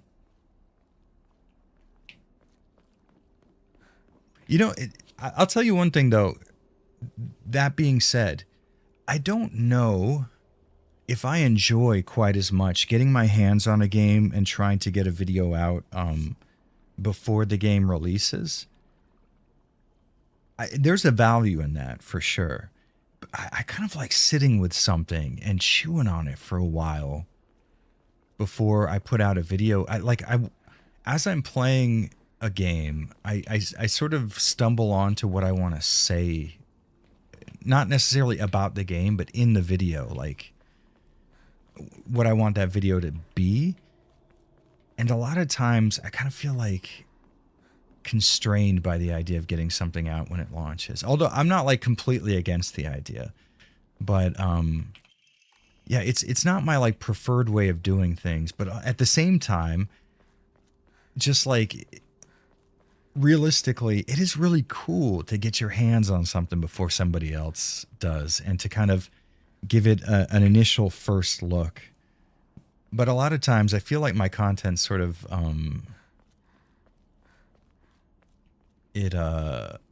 is able to benefit from a game being out and sort of being out in the public zeitgeist, and me being able to benefit from the amount of like public knowledge there is about a place where it might hang more often, what engine it was developed in, whatever drama might have gone on with the developers and stuff like that. But I absolutely will get in touch because it would be nice to, you know, I this is what I've been needing to do. I've been in my my business email way more often. I started 2 weeks ago. I've been talking to companies because I've never done actual real life like paid sponsorships before. I think the closest I got was Figurama got in touch and they were like, "Hey, we'll send you this Pyramid Head statue if you do an advertisement for the Pyramid Head statue in your Silent Hill video." And I was like, oh, word, that's perfect because I don't like doing like paid sponsorships, but I would get that statue anyways. So that works out really well. But I've been in my emails responding to people with business inquiries and stuff. I'm setting up something with a company called Eneba, E-N-E-B-A. It's like a used digital games marketplace. It seems really interesting, but what I'm going to do is purchase some stuff from them on my own before I put it out on my channel or anything. But I've been like trying to be more of like you gotta do more business, you know what I mean? So it would be very nice to have a nice little black book of contacts for just such an occasion. Because what I need to start doing is ruminate on a game and sample it like fine wine and pick up on the notes and subtleties. Honestly, yes. That is a big part. I really do enjoy doing that very much. Thank you for the $5, Regan. Always appreciated. Yeah, but that being said, I do need to be more responsible. One of my biggest problems is I came into content creation with the idea that I was only ever going to do what I want to do because I don't see this as a job or like a career quite as much as it is a really cool creative outlet, right? But as like a 40-year-old guy, and, you know, speaking not necessarily candidly, but, you know, it'd be nice to like have a kid, start a family, right? Buy a house here in Japan. There's a lot of stuff that I should be doing to make my future a little bit better. And it would require me to just, you know, be a little more responsible, respond to business inquiries, get a little more proactive, throw my merch out there more often. I have these dope ass shirts and desk mats and hats and stuff that I never put in videos because I hate doing the self-promotion thing. But it's like, man, you got to do that stuff. You can't, you know, I went through a heyday where YouTube ad revenue was more than enough to sustain me and my wife as a full-time income. And that was great. And like, I'm so thankful that that was the case. But now that it's not, I got to get out there. I got to start doing stuff right. I got to be a big boy finally in my life. I got to grow up a little bit.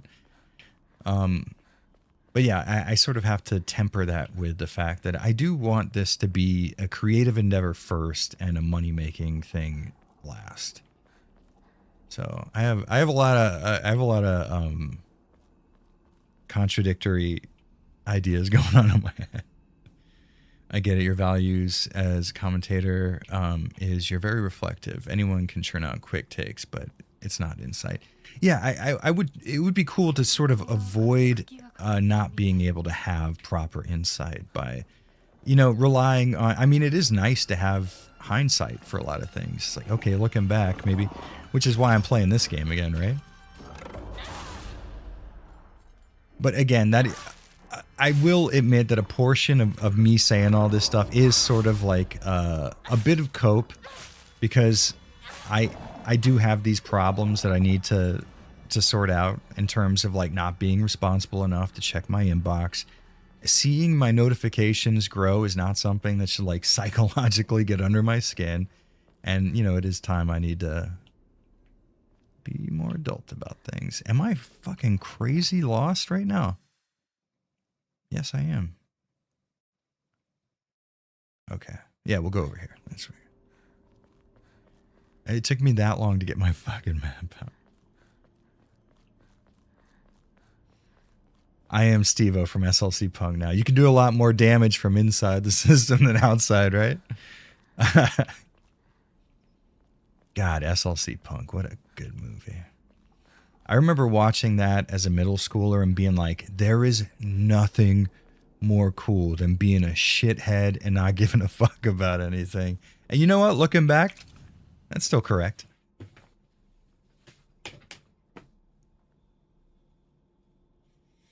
Let's see here. Okay, Eniba. I usually have good experiences with gray market keys, but Eniba actually had my first bad experience ever on them. It wasn't horrible. I think it was more on the side of the game company. The seller I bought from through Eniba was abusing Eniba's support portal so that I couldn't respond properly and get my refund for a key that had an improper region listing. Well, that sucks. See, that's what I was going to focus on, because I did do a bit of research beforehand, and some people's complaints are that you have to pay attention to the region. You have to like look at that yourself. So I would want to buy a few games and then switch my Steam region back to Japan in order to test that. But that is going to be part of the process for sure. Oh no, I fucked up. I didn't take the third picture. Uh-oh. This is going to be interesting. Okay, which I got to look at you now, motherfucker. All right, yeah, that's that one. And then this. One of these guys is going to do it. Machigai desu ne.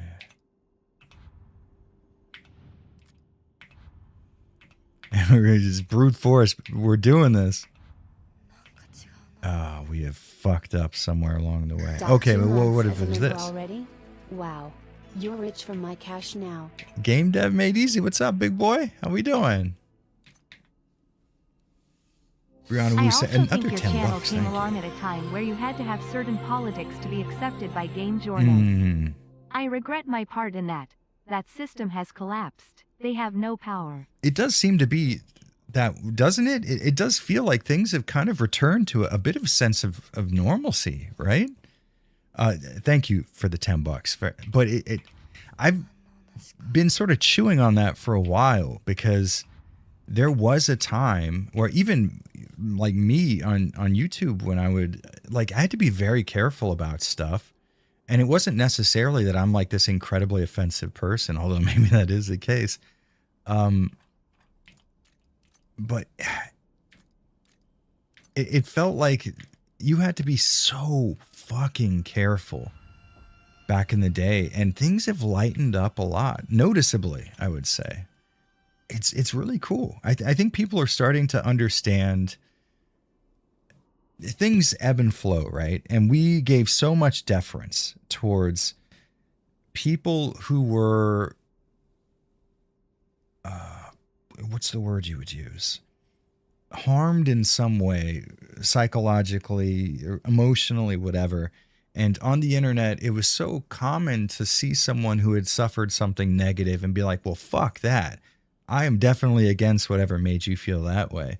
And then that curved so far into the, like, overcorrected so far that people were just losing their minds, and motherfuckers were getting fired from their jobs and shit. And I feel like nowadays things have certainly calmed down to the point where I think a person can just be a normal human being now and not feel quite so pressured to believe what everybody, I don't know. That's really cool. I think it's pretty dope.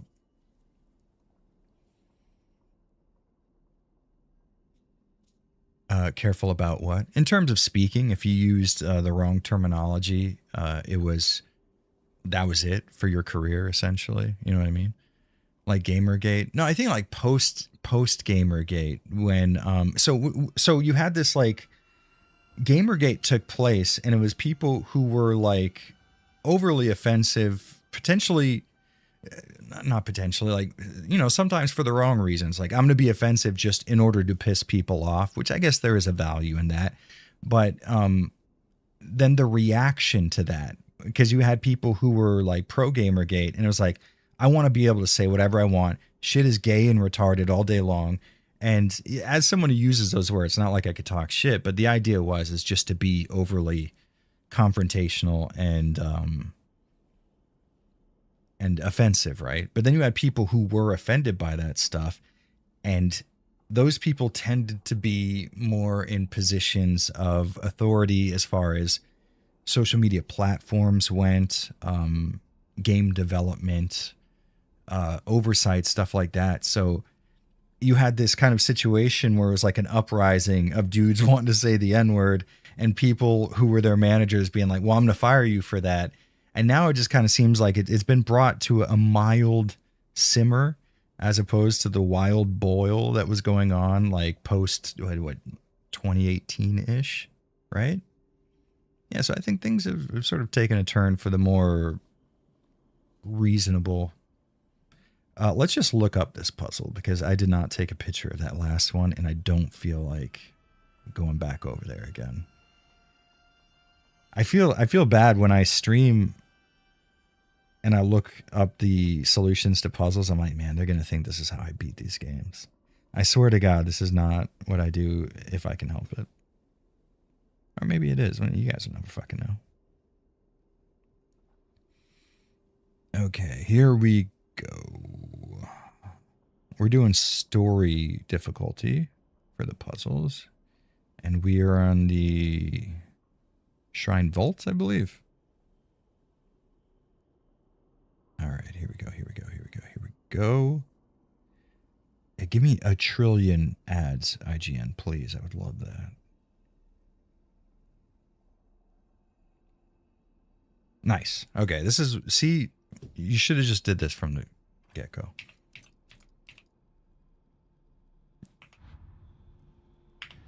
Well, you fucking said that's what it was. I'm not the asshole here. Oh wait, no, I am actually. I lagged it up. I'm dumb as hell.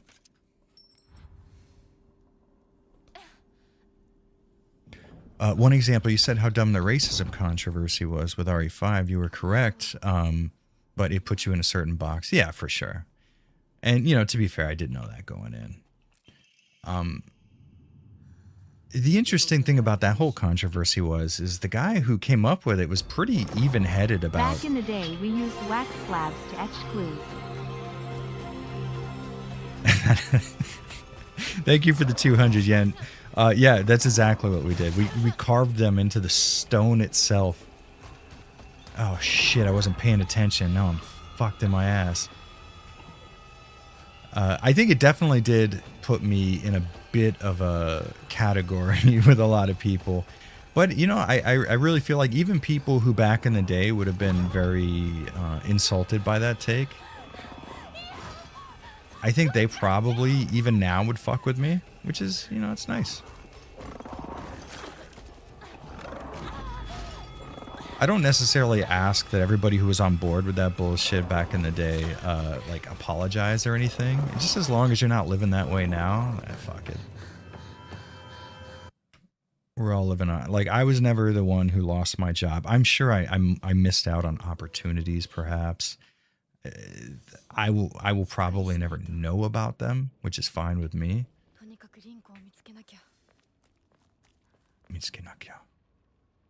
That is a very fun form of Japanese to use. Like, shigoto shinakya. It's like, oh, I have to work. So like a obligatory form.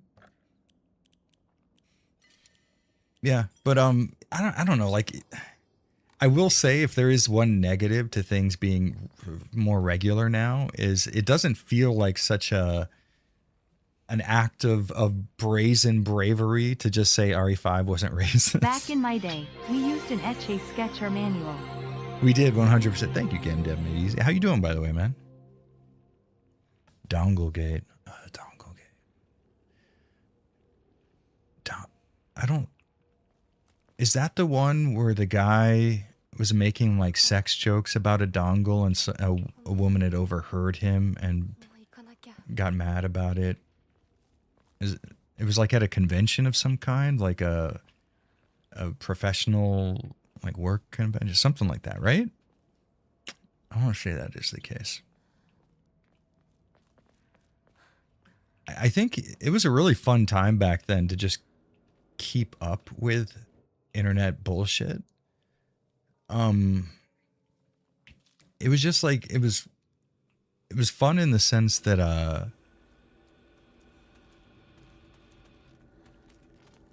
it was something like new to keep up with. You kind of, it was like drama that you would always, there was always some shit going on. And I used to work as a prep cook back when that shit was really at its peak. And I'd have my headphones in and just videos would just be nonstop playing. It was always some kind of whack ass bullshit going on. And it was fun to imbibe, you know? Your triceps aren't even that big. You fuck off, Imran. Son of a bitch. Have you these triceps right here? Look at this thing. It's half the size of my brain. To divine answers. What are you doing awake right now, Imran? What time is it? Thank you for the $10, by the way, asshole. Oh no, it's not that late for you. I forgot. So I've been awake since 1:45 a.m. in the morning, and time has slowed to a crawl for me. We used Oracle knuckle bones to do. What is that? Thank you for the 200 yen TBD. I was just listening to one of my old videos where I talk about how you would have to actually read a manual when you purchased a game because nothing in the game would tell you about the game's mechanics for the most part, like back in the Super Famicom days or something. And it's like, did we miss out on anything by not having that? Because like, it is kind of nice that the game tells you about shit, but then also it does kind of get in the way a bit. Flex them? Oh no, never. If you show your muscles off unflexed, you never have to flex them. That's the key. I don't know what the fuck I'm talking about, dude. I'm so sleep deprived at this point. Eat my small triceps. Oh, you were in a documentary with the Donglegate woman. She was nuts. I think everybody was back then, honestly.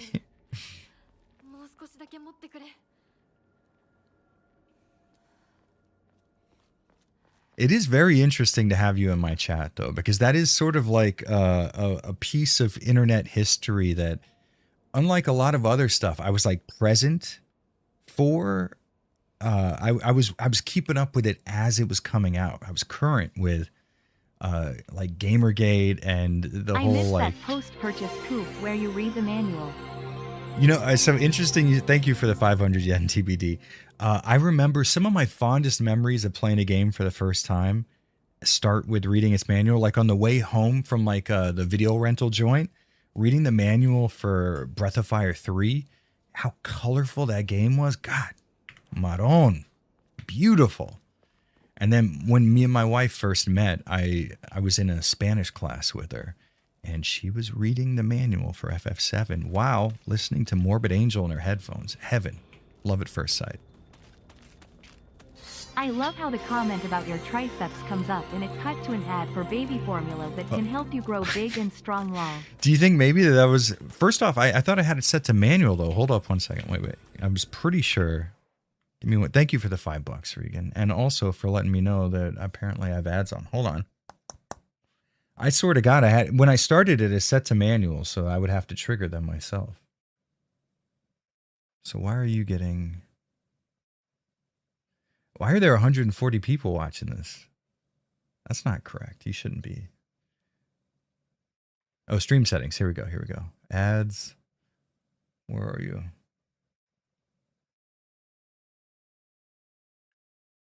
Delay ads. Insert. Yeah, it's set to manual. Why would you get an ad? I really don't want ads on these. Ads automator? No, I don't want that, though. How do I fucking... Why is it every time I start a stream, it does this? Shopping. I don't want that.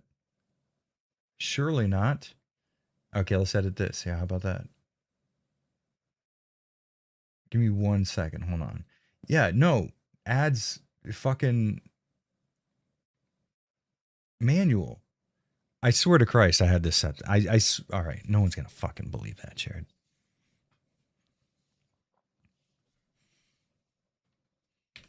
I swear to God, though, I'm almost positive that ads definitely listen to like what we're saying contextually, and it recommends based on that. There's no way it doesn't, right? Absolutely no way.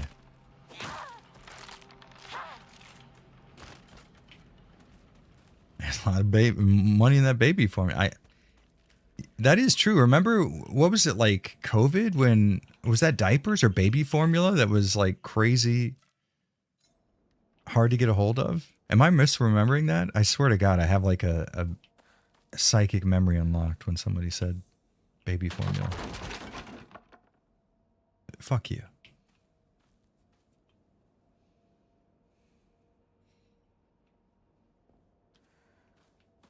Whenever I was dragged to the grocery store or drugstore with my mom during her errands, best memories of the parking myself, a blood pressure cuff machine, reading game mags.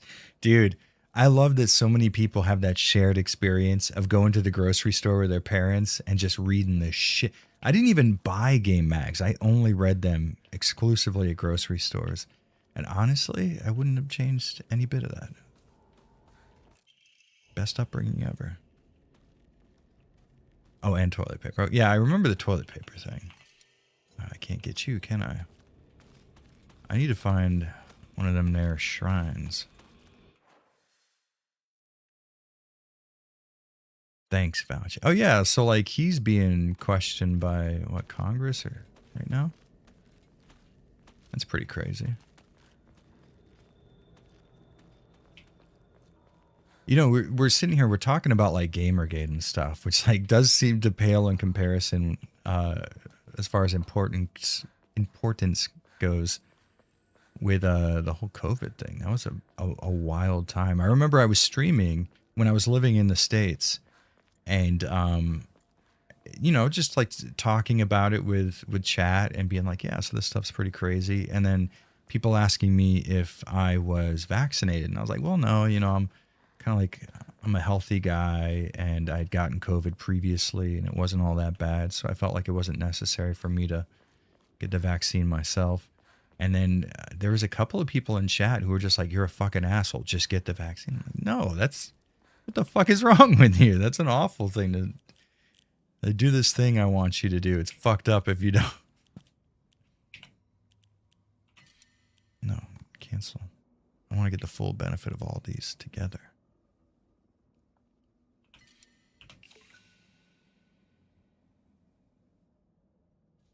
Yeah, video game magazines, that was a lost era. We'll never get that back.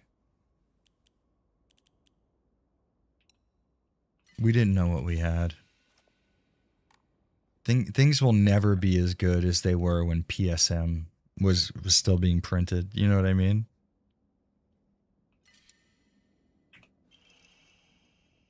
Okay, max stamina. Worth it. Well worth it. Hell fucking yes. Let's pee that bad boy.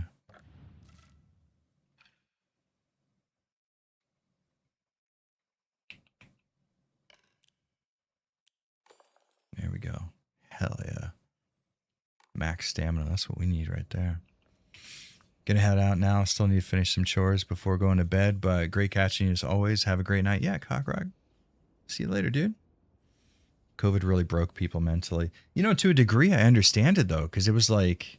I mean, even I, during the beginning of COVID in South Florida, I started buying ammo like immediately because I was like, dude, people are gonna like run on food and it's gonna be chaos and anarchy. So like, it's not like I can talk shit from a point of I didn't also freak out, but I certainly wouldn't want to force anybody to do anything the way that a lot of people did. So it's an understandable situation for someone to have lost their mind in. But it's just crazy looking back. And, you know, now, luckily, with hindsight and platforms not being quite so, like, ban heavy when it comes to people challenging accepted narratives and stuff, it is nice that we do have information now that sort of validates certain ideas. You know, maybe the vaccines weren't as effective in terms of preventing the spread of the virus or whatever. And you can say that now, and people aren't fucking furious with you. And that's honestly really nice. But that was a shitty period in time where you kind of just had to go with the flow, or else you were out of a job. You weren't making videos anymore. You're banned from platforms.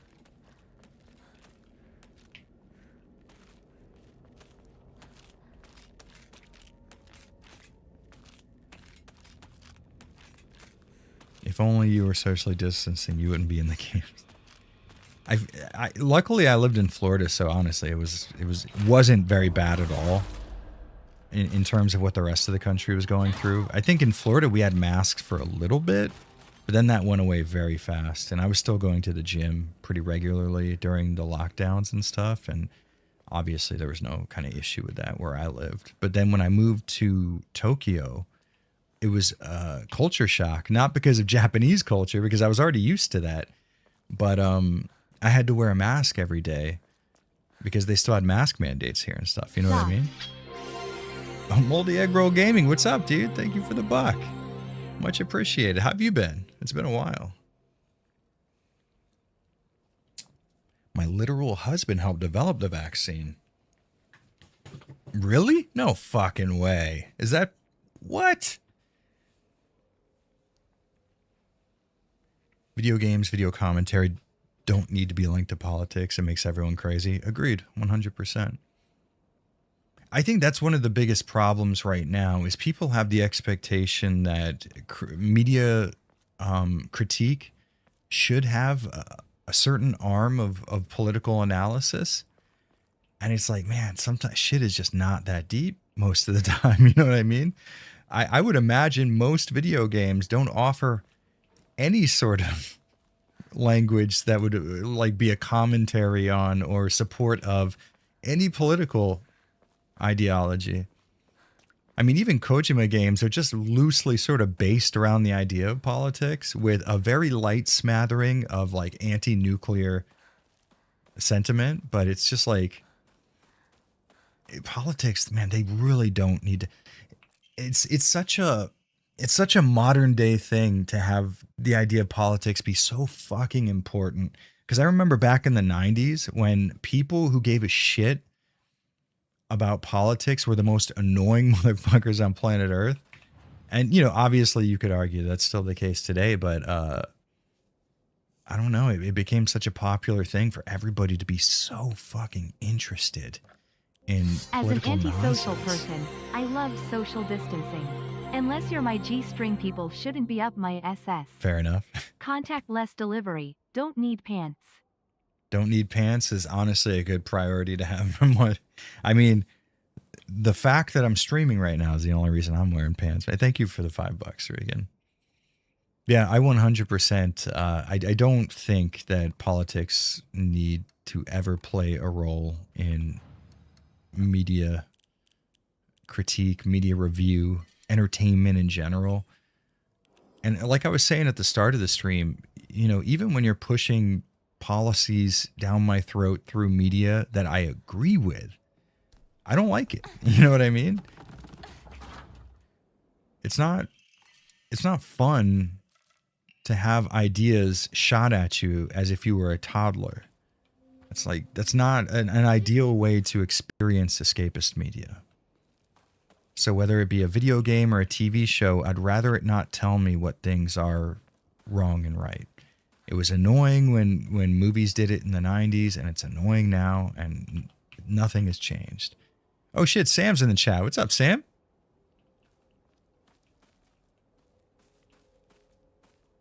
What are we up to today on this fine Tokyo afternoon? What fucking time is it? Like 11, right? Roundabout? Who's in there talking about King Conquer? Worst band ever.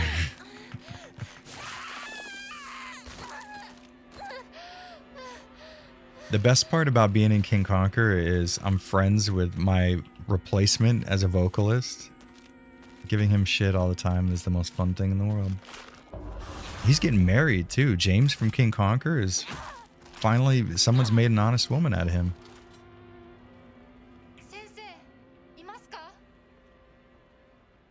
Am I liking the game so far? I will admit I was approaching the combat wrong when I first talked about this game, because using this focus meter, I think maybe I had the wrong understanding of how the focus mechanic worked.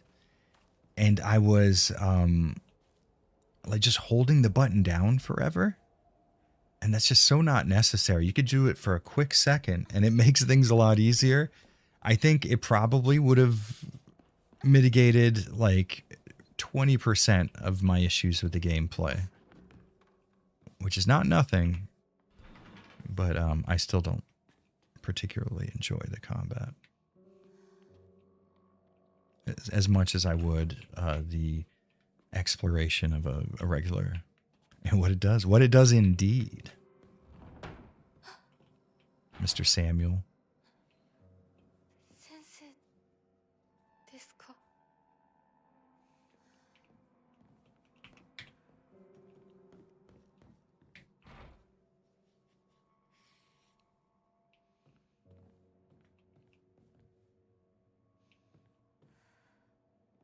Like they grab you and your mind automatically thinks that you can escape the damn grabs. Yeah, that's why I was mashing buttons like a psychopath was. No mods. No, we're just whatever the game started with, basically. They gave me the DLC costume from the girl from Fatal Frame 2 because I guess I bought that on Steam. I imagine that's why. How's Karm? She's great. And oh no, Haruka's not here anymore. Our little baby Haruka is fitting in real nice. Her and Carmela have developed this adorable relationship where they are mirroring each other. First fucking pull. Come on, dude. I'm the best. Nobody can fuck with me. I'm so smart. Yeah, so Carmela and Haruka are like learning from each other. It's adorable as fuck. So Haruka has a very specific stretch where she stretches out her whole body and then she just sticks one leg out straight back behind her. It's the cutest thing ever, right? And we've had Haruka for a million years. I mean, we've had Carmela for like 2 years. And we know all of her little idiosyncrasies, but she's recently been stretching out and using that back leg the same way Haruka does. And I swear to God, She's literally imitating her little sister, and it's fucking adorable. I think Mass Effect is a great example. The original trilogy has plenty of politics, but not left versus right. Andromeda demanded you have a certain viewpoint. Yeah, I think that's the big contention, though, is being able to, how would you like display politics as a thing that exists in your narrative universe without feeling the need to justify politics. Because it's one thing if you play Metal Gear Solid and a certain political idea is brought up as existing versus you playing Metal Gear Solid and the narrative of the game telling you, okay, this political thing is here. Also, it's the correct thing, and everything that is opposite of that must be, space Nazis or something. Yeah, it's such a easy concept for my mind to grasp, but it seems so rare nowadays. Of just you can portray things as, for example, American History X, or if you've ever watched Romper Stomper, killer flick, right?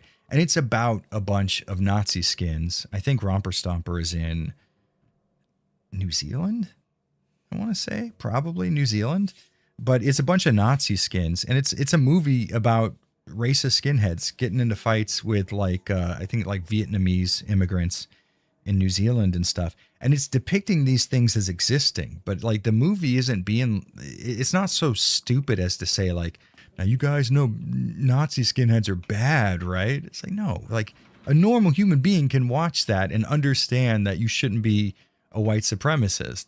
So now, having understood that, we can just display it as a thing that exists in this world. And here is a dramatic story, a story of suspense and loss and human emotion that can take place within the context of these things existing, without the need of the story feeling like it needs to justify something or it needs to condemn something else. It's just so not necessary. Oh yeah, I could just kill you then.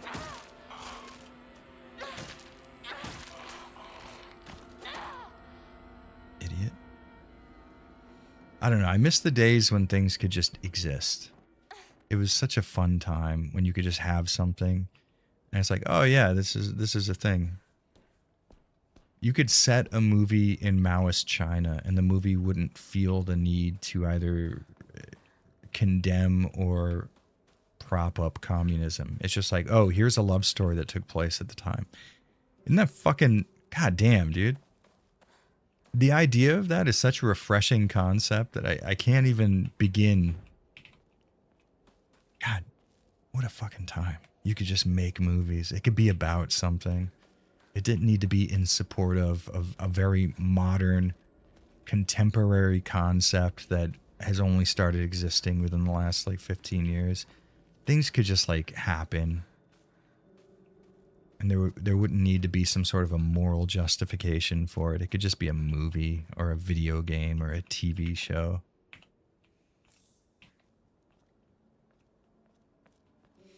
That's why 90% of the games I play are Eastern games. I find it more enjoyable. Yeah, I guess. Yeah. I mean, you could probably find similarly annoying traits in Japanese games. I'm not, but if you were a Christian or religious, you'd probably be annoyed with every JRPG needing to kill God as a plot point. Because it is, at the very least, it is sort of annoying. I am fucking not that guy. I have a pentagram tattooed on my arm, so I'm very much not the I'm offended on behalf of Christians guy. But just as someone who looks at things a little deeper than most, it is kind of annoying to have the same shit happen over and over again in Japanese media as well. Iffy, what's up, dude? You know what? Let me take a moment right now. Thank you guys so much for everybody who has super chatted, or I don't know if we've had any new channel members, but if you like the stream or if you subscribed or if you're just chatting, I very much appreciate it. It's incredibly nice of you guys to come hang out with me for a little bit. Those of you who are able to, giving money for something that's 100% free, always appreciated. Incredibly nice of you. It's kind of hard for me to even comprehend as a concept, but it's so appreciated. Well, I'm gonna crash. Sorry to spam super chat, but I really do love your work and wanted to support you. Hope you have a better time with Silent Hill F second time around. Less than 3. Brianna, absolutely very much appreciate how incredibly generous you've been. Thank you for coming and hanging out for a bit. It is pretty wild because I think we did talk once on Twitter before, but to find out that you get into my content is pretty insane. I'm a little starstruck, so I very much appreciate it. Have a good one. And so far, I will say a little more positive on Silent Hill F, but we are in the part that I did like the most. Imagine being me. Internet celebrities coming over to my stream talking about they like my content. How crazy is that? I feel like I got a red face right now. All right, come on. Give me, yes. This is what I desire. Yeah, I think one of my biggest problems with the combat is that it sort of devolved into like me backing up until somebody made a move. But with the focus mechanic, you can get up close and sort of bait out an attack, and on reaction get that critical in. 100%, I was way too off base on that. Damn, that's a cool ass fucking sound.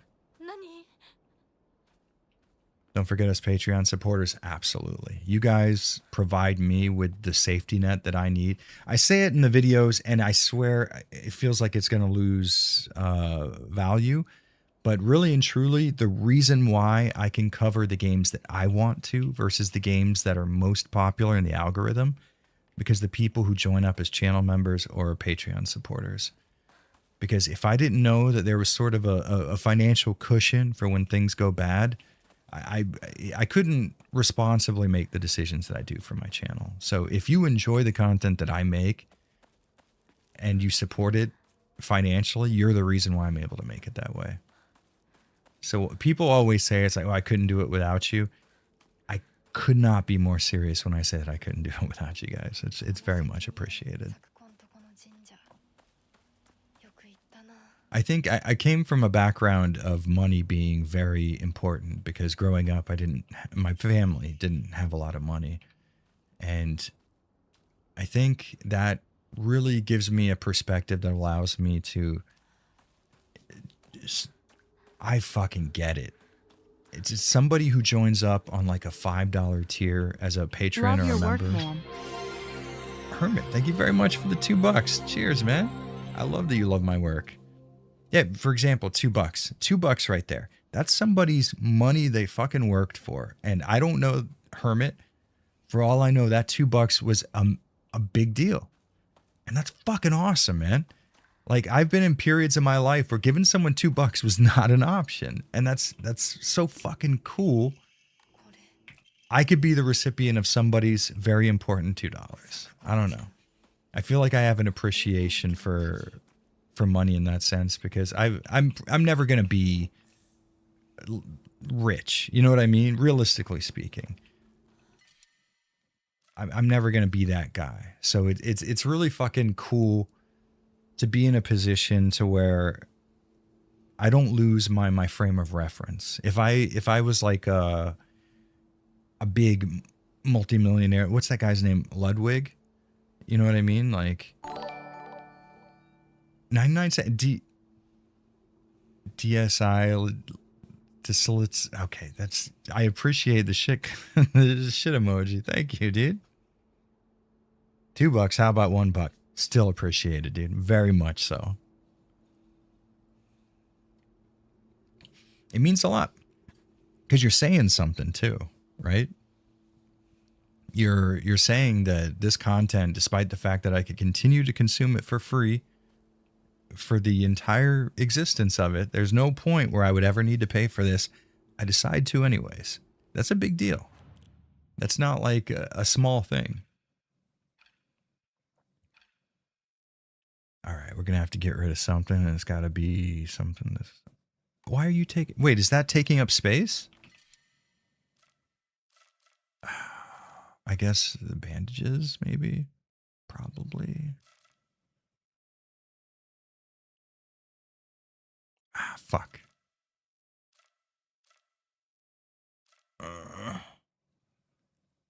Bandages, I guess. Yeah.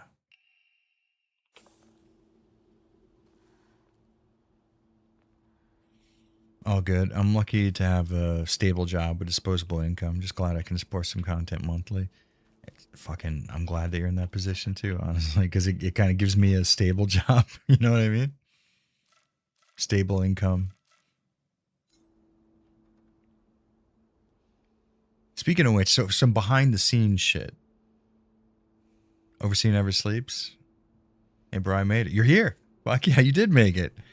Some behind the scenes shit. So my channel has been like seeing a downturn in terms of metrics, and it's been fucking plaguing me. Like, what is causing this, right? And I think it is the live streams. I keep them up in public, and because I have long form content, you know, you have a 2-hour video and a 3-hour live stream, right? YouTube sees those and says, well, when this guy has multi-hour videos out, they don't do very well, so we're not going to push them around quite as much.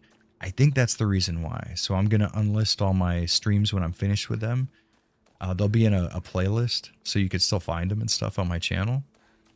But I really do. I think that that's going to be the thing that does it. Outside of obviously continuing to stay consistent with the content, trying to make the best stuff I can, you know, all the normal stuff. But outside of that, in terms of like the algorithm and trying to do things behind the scenes, I think that's what's going to do it. Downturn? Was it because of downpour? I think my life has seen a downturn because of downpour, but not necessarily the channel. Stable jobs for the win. Yeah, I wouldn't know anything about that. I think I'm finally going to get my head tattooed. Not next month, maybe? I was going to start on something here on my arm or on my elbow area, but I'm thinking it's like, I could get my fucking face tattooed instead and look like an idiot for the rest of my life. There's something about me, and it's like, man, I got to make the worst decision possible. I start to get the itch. I don't mind paying to support you. No, it's much appreciated, dude. That's the wildest thing. So for those of you that don't know, TKO Sam in chat is like the TKO Sam, like the fucking J-Vlog godfather, right? And I've been watching this fool's videos for as long as I can fucking remember. You know how many YouTube interface reskins have happened since I've been watching this guy's shit? And then one day, randomly, he shows up on a live stream just like today when I was living in Florida. And he's like, yo, I love your shit. And I was like, what the fuck, dude? He found my content and was enjoying it. And I had been a fan of his for, I genuinely could not tell you how long. Massive TKO Sam, just watching his videos nonstop, especially when I was a prep cook. And then he ended up joining up as a patron randomly. He had no idea I knew who he was. And then he showed up and I was like, no, I know TKO Sam, dude. Yo, listen, let me tell you all this shit. So when I first moved to Tokyo, me and Sam eventually met up. Which head are you getting tattooed? the more attractive one. Thank you for the $2, Regan. Yeah, I'm going to get my left temple. I'm going to get an X kind of like here-ish. Actually, like, yeah, like right there. That's the idea. So it'll be kind of like on my face, kind of on my head. Yeah, but when I first came to Tokyo, Sam was like, yo, we got to chill. So where did we go? Somewhere. Piss Alley, maybe? We hung out for a bit. And like, if you've seen Sam's content, you know Spaghetti. So he shows up and then it ends up being like later than, you know, so all the trains have stopped. And I'm like, oh, fuck, I'm going to have to get a taxi. And it's like, hell no, dude. Hop on the back of Spaghetti. So here we are fucking driving through Tokyo. I'm on the back of Spaghetti. And I was like, damn, dude, I fucking made it, bro.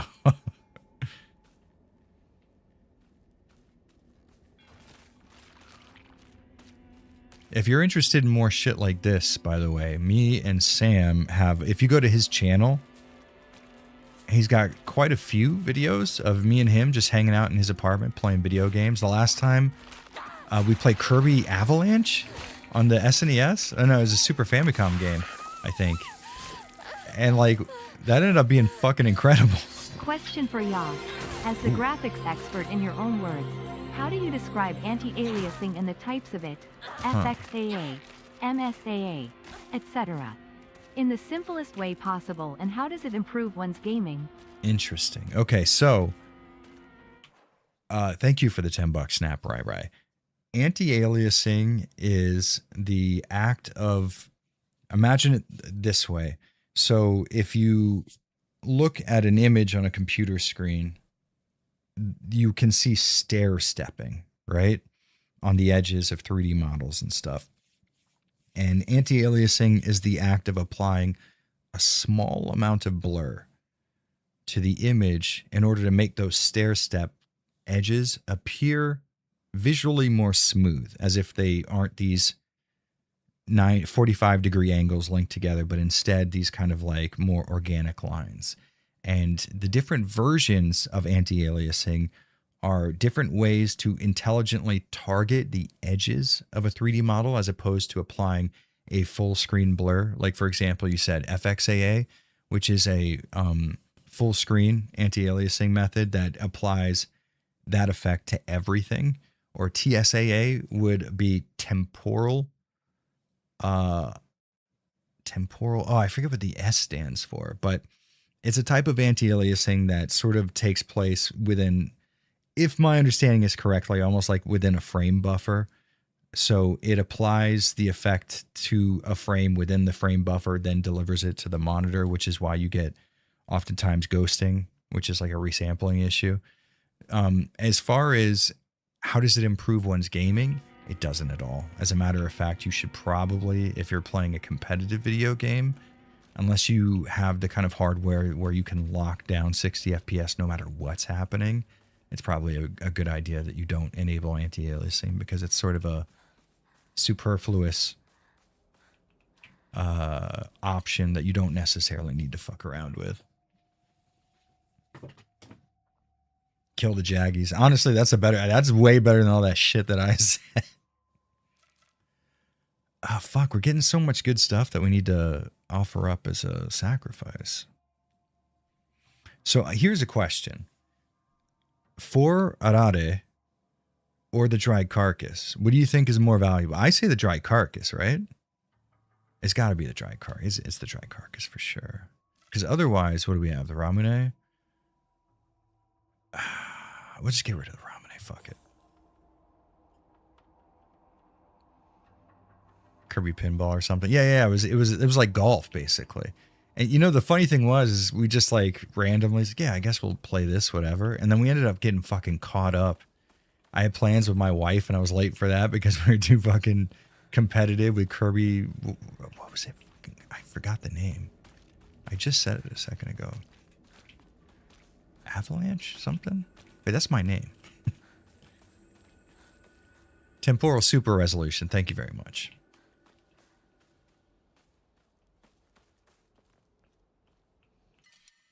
Yo, I can't grab anything. Okay, where's the nearest shiny shrine?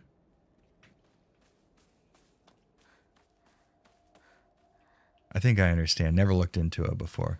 Yeah, I mean, it's understandable. It's not something you really even need to know about. But yeah, it's what do you prefer more?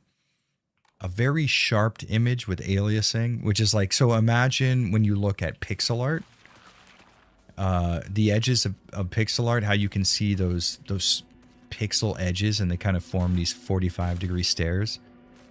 Anti-aliasing would ideally get rid of that on a smaller scale.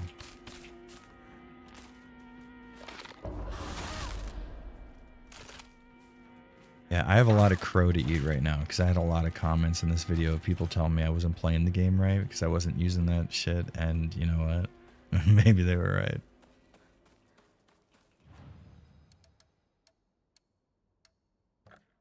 I gotta enshrine some shit, dog.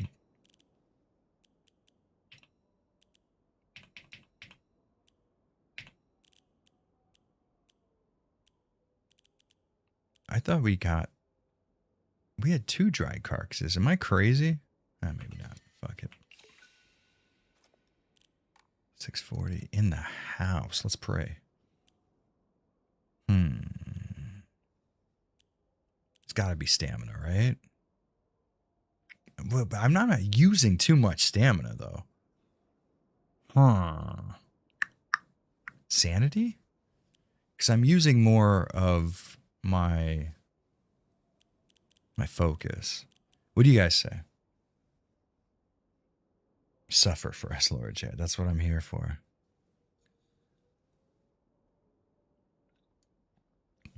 Super sample to 4x is usually better than any AA to begin with, but you can't do it with most modern games. It's true. SSAA has gone the way of the dodo for some reason, and everything is now either TAA or the DLSS implementation of anti-aliasing, which sucks. Better unlock those upgrades on the skill tree. Yeah, very Silent Hill. You know, we got to get that skill tree going.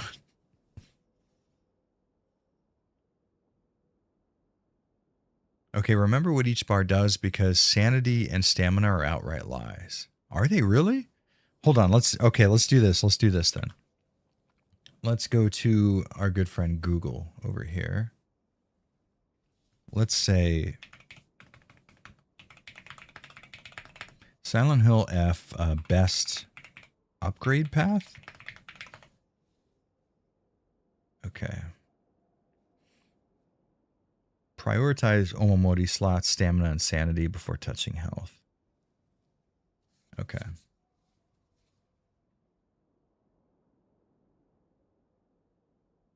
Yeah, maybe stamina would be good because we have a boss fight coming up. Maybe we do stamina. How about that, right? That's a good idea. Get some of the stamina. Why do you hate yourself? This wasn't good.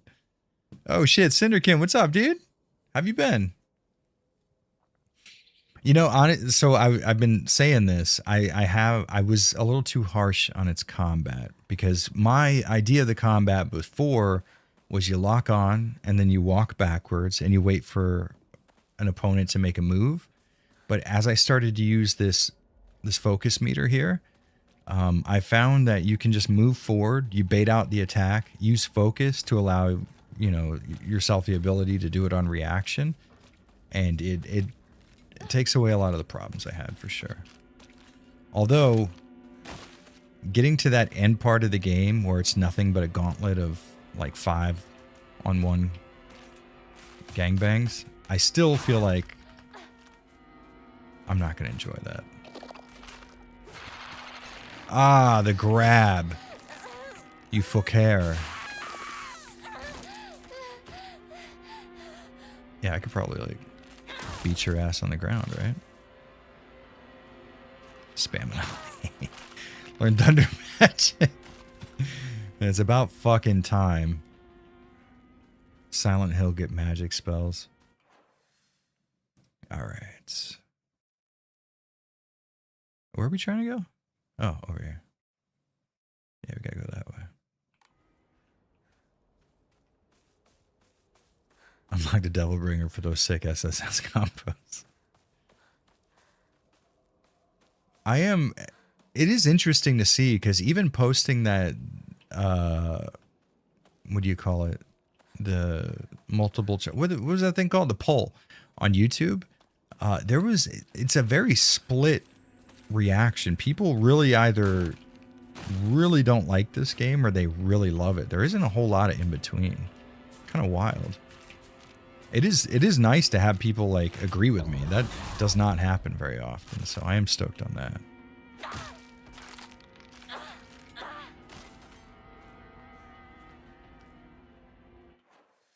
All right, yeah. No.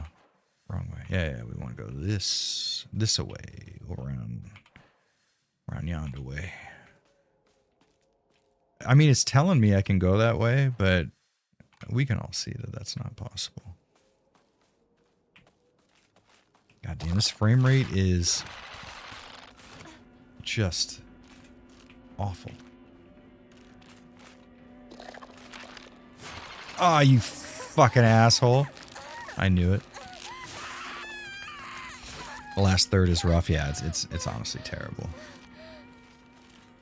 I should probably use healing items that aren't those pills, but here we are.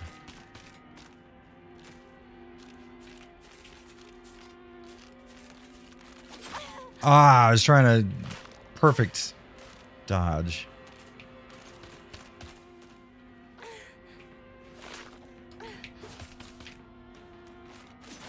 Ah, fuck you. All right, I'm done. I'm done fucking around. I was just messing. It's definitely not because I'm an idiot. My biggest issue, it doesn't feel like SH. Oof. I am so in agreement with you. It's incredible. But there are a lot of people who are like, no, Jared, you're wrong. This is a really good game. It's like, you know, fair enough. I'm not trying to say I'm a fucking genius or anything. I'm just like right all the time is the only problem.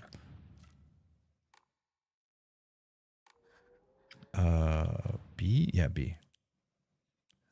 So what I want is for number 2's bandages. That's perfect. I wonder, okay, what if I don't heal? Maybe when I get to the next checkpoint, it'll heal me or something. Let's see that. Let's try to conserve resources in the dumbest way possible. Play short story for us. Dude, no, come on. Don't do that to me. Surprised to see SHF up. How's the second chance going? I really like the game in the beginning, but later kinda loses the horror for me at the end. 100%. Thank you so much for the $5, Christopher Conrad. Much appreciated. Honestly, so like you said, this first half of the game is the sort of best showing for it. That being the case, oh no, the death of me. Yeah, right in my neck. That's where I like it. So it is kind of ironic that I would say that it's going pretty good with this going on, but it actually is. I think it's mostly because it's just fun conversation, hanging out, as opposed to like, oh, fart. That's a really long way back. God damn it. My God. Downpour's better. Honestly, no. At least the combat here works and makes sense. God, Downpour's combat's fucking awful, dude. Like, listen, I'm all for talking shit about SHF, but we gotta be real here. We gotta keep our shit in perspective. God, I can't believe that took me back so. Alright. Fucker. What about my equipment? Is that? I don't know what button that is.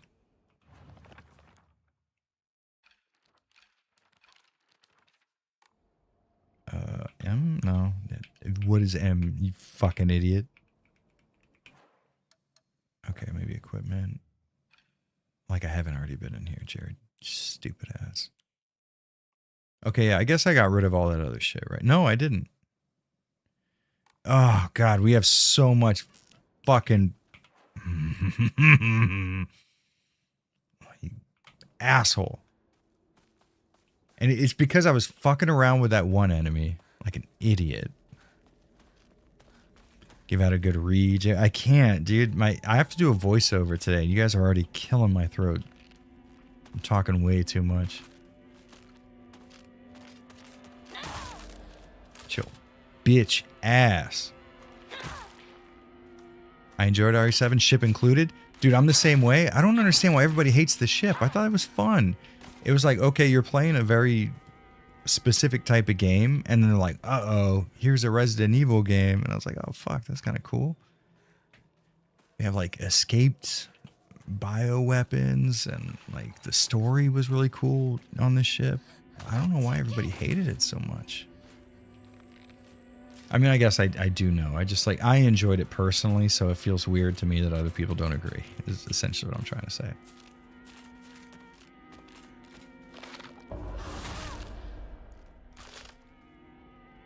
Downpour is a bad game and a bad Silent Hill game, yes. It is bad across the board. Ain't nothing about that shit good. Outside of, like, there's a couple of tracks in the OST that were good. Not including the Korn song, obviously.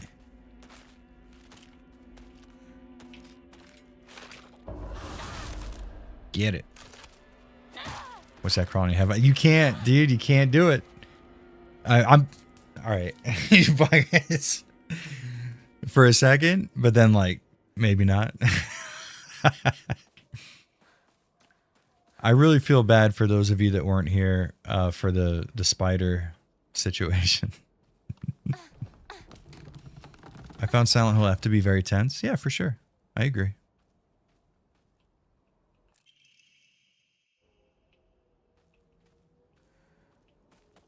Dude, you guys have no idea how fucking stoked I am to sleep.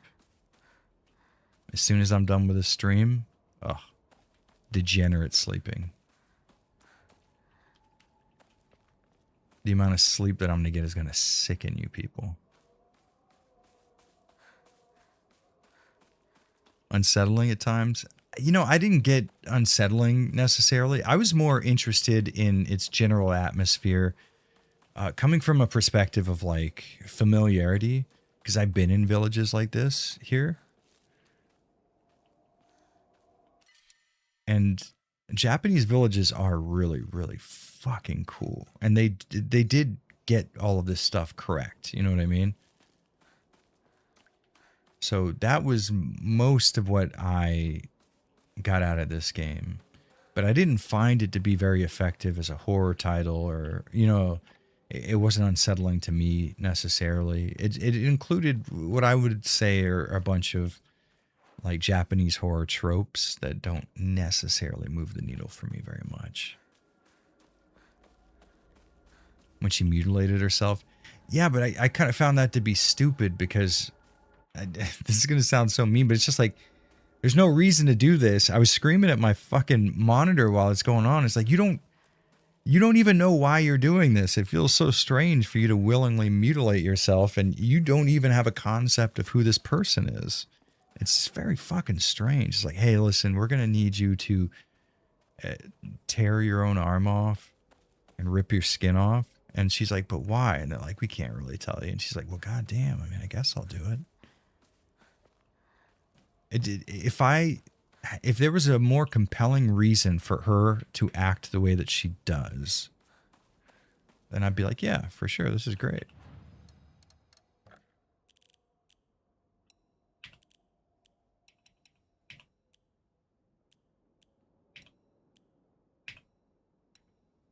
Yeah.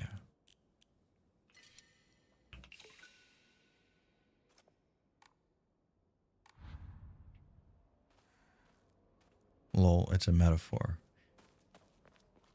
I mean, it is, but it's still like happening on screen. And she's doing it as if it were a real action. I mean, like, I get what it represents. I understand that much. What I'm saying is her doing it didn't disturb me because it didn't make sense for her to do it. Like, I get the whole wedding thing. Like, I'm familiar with the story. I understand the metaphor, but it's just like, I didn't find it to be a very effective horror. I don't know, what would you call that? Horror thing. Just because, like, in order for me to find it disturbing or kind of viscerally, psychologically impactful, it would have to make some sort of reasonable sense in my head. It's like, oh, I have to do this to save my brother, or, you know, there needs to be some sort of a reason that at least plays into the idea of logic. Even if it's somebody's like emotional, in the moment logic.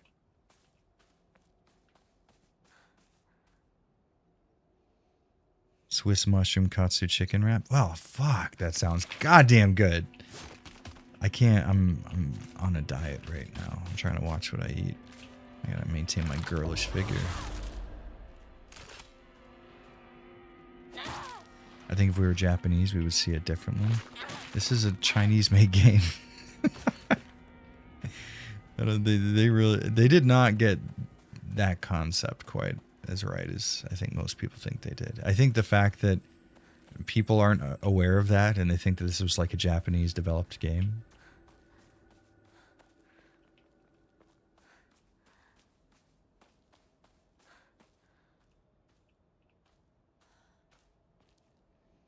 I think TJSY plays a part. What does that mean? Katsu equals bigger triceps. It's true. Listen, that's just flat out science. I don't think that could be denied.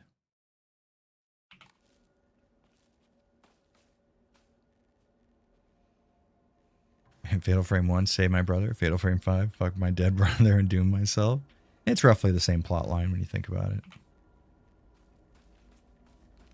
The same general idea. It is interesting how often, I guess interesting might not be the right word, but it is wild how often incest is included in Japanese media as a storytelling component. And you gotta wonder how rampant was incest in Japan in order to inspire such a wide presence in storytelling. Because it's like, okay, like American movies are always going to have like guns and maybe gun violence in it. And it's like, yeah, well, because like, you know, guns, it's a widespread issue. You see it in the news all the time. It's constantly present in your everyday life. And so what's the analog for that with Japanese incest, right?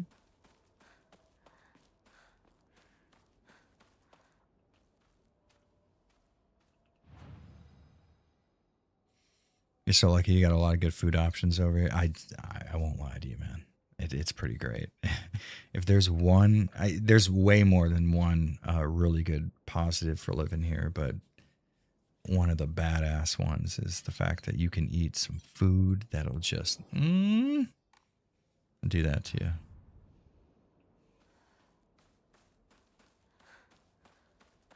Guns N' Roses, dude. There you go. A little bit GNR, my dude.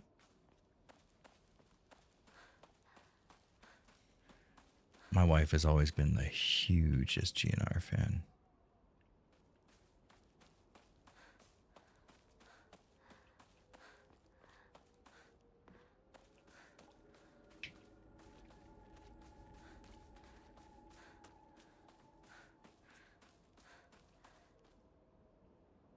So the game dev is Chinese, but it was written by Japanese. That was a bit dismissive, sir. I don't know. I don't want to be mean, but I don't like. I wasn't trying to be dismissive, and I guess like if we were having some sort, I don't know. We're not. Why do you care what I fucking think about this fucking game? You shouldn't. If you enjoyed it, then man, you came out better in this scenario than I did. But who gives a shit?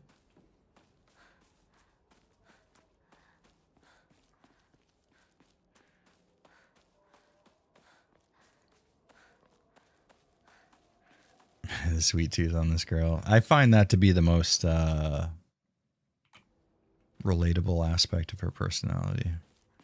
I am so just the fucking sweets guy. You're never going to find somebody more addicted to sweets than me. Have you ever tried to sit your wife down and get her to stop listening to GNR? I would never. I wouldn't dream of it. She might beat my fucking ass as well. No, I like Guns N' Roses. They can be good. I was a late in life appreciator. I used to hate them growing up, but the thing is, I kind of got into heavy music through way more aggressive, thrashy, fast, ridiculous death metal, punk rock kind of stuff. And I really didn't like that sort of, not arena rock necessarily, although Guns N' Roses was sort of a part of the general arena rock thing. I wouldn't necessarily say they were that, but I had like a built-in distaste for music with clean vocals and that followed a very like bluesy sort of rock and roll style. It was not my deal. Oh, I'm going the wrong... Jared, you're going the wrong way. You go the other way. All you can eat cake buffet? Oh, fuck, man. Cake? You have no idea what you've done to me. That's the biggest problem here is that there are bakeries that are fucking good. They never stop being good. They're always good, and they're never going to be bad. And I understand that, and it makes life difficult for me. You guys know how hard it is to be around bread all the time? And to know with all your heart, you understand that it's the best thing in the whole fucking world. All right, so we're going this way. We're taking a right. We're taking our next left. You want to know how badly I forgot exactly what I said as soon as I exit out of the map? It's like your mind gets flashed. It's like RAM. It clears. It flushes the RAM. As soon as you're out of the fucking map, forget about it. You're done. It's bread. You know, I came across a really good Silent Hill 3 shirt with bread on it that I was like, yeah, dude, I should get that. And then I thought about it. I was like, man, that joke's so fucking overplayed. And it is, but it's so fucking good, too. It's a cruel world we live in. All right, good. This is where we want to be. I know all of us are trying to enable Jay. Listen, it's okay. I'm not going to be upset with you. If there's, you know, one positive way to be gaslit by your chat, it's, fuck, I might order something. I don't know. Who knows what's going to happen when I get done streaming.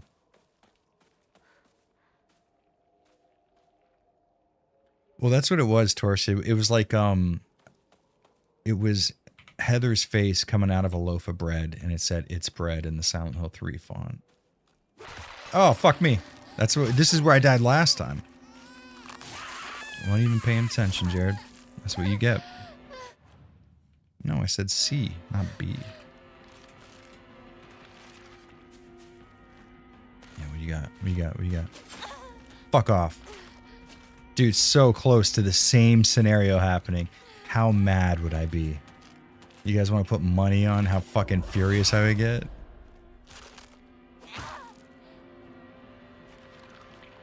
Pictures of me, Jones, and Heather holding a loaf of bread.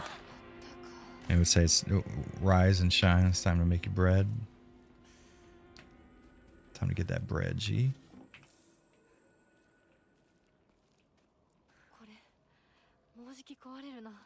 How do you know that? Okay. Maybe that's why. B? Weapons? All right. I mean, we could... I don't know why I'm trying to save up my repair items, but... What is this on? 4?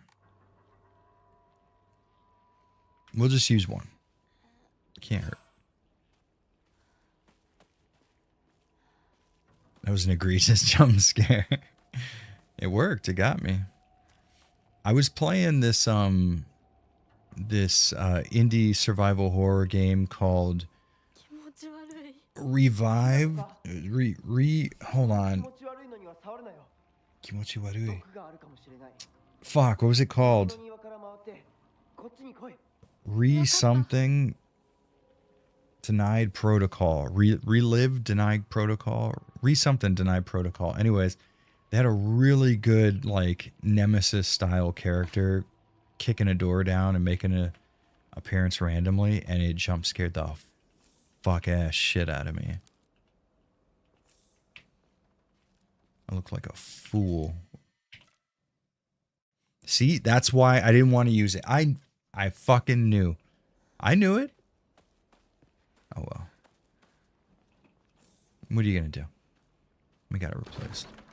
Fuck off. There's like a shrine somewhere around here, right? I know there's a save near here. Am I crazy?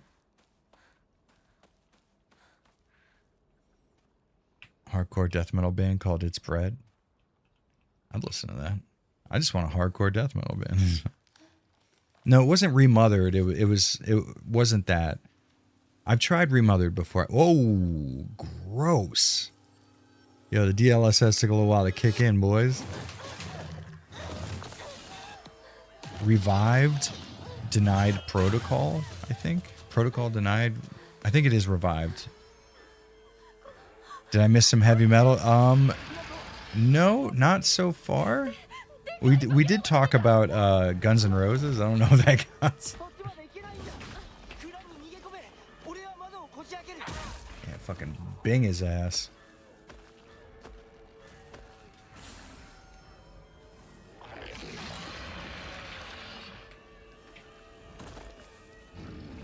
Ah, I was trying to dodge it. Oh, Joe, bitch.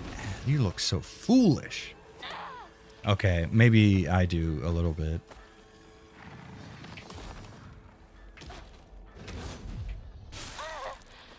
Wait, so I got hit? Because I thought it showed me like my effective dodge thing animation.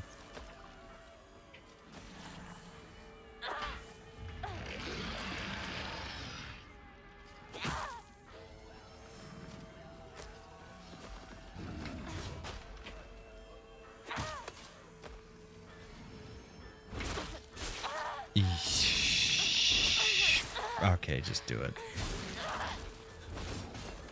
Ozempic his ass. Yeah, no, Crowbar is definitely getting more popular. And here's the weird part. Not to sound like a fucking asshole, but it's very surprising that Crowbar is becoming popular with like 20-year-old and younger women, which is weird as fuck.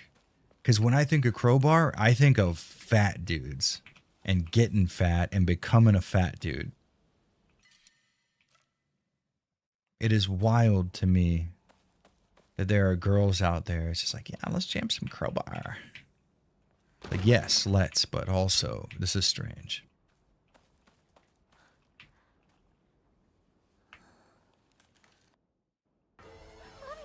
UADA. Heavy stuff? Alright. Hold on. Let me...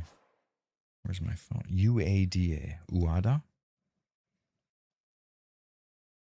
Is that more, like Swedish stuff? Hold on, let's see. Don't guess, Jared. Let's find out together. The band. There we go. Oh, yeah, I see a bullet belt. I'm already on board. Oh, yeah, dude. Are they black metal? They look black metal. Oh, they're on a mountain with snow? Yeah, black metal guaranteed. I don't even need to listen. I know I'm going to like... I saw a picture of them wearing leather on a fucking mountain. All I need to see. Dude, I fucking hate how long he cooks that goddamn animation. They know what they're doing.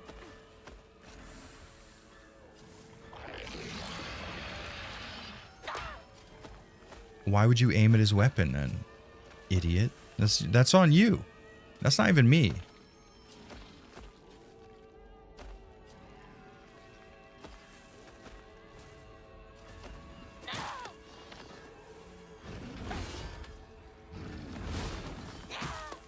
Got him. On purpose, 100%. Every bit of that.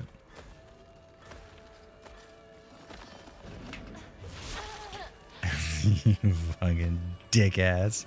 Fuck you. Dude, suck my fucking balls. Oh, but then I got it. Wasn't trying to at all. I shouldn't be using this stuff. They know what they're doing. They know it. Right, we're gonna get this right. We're gonna do it first try. First try on the second try.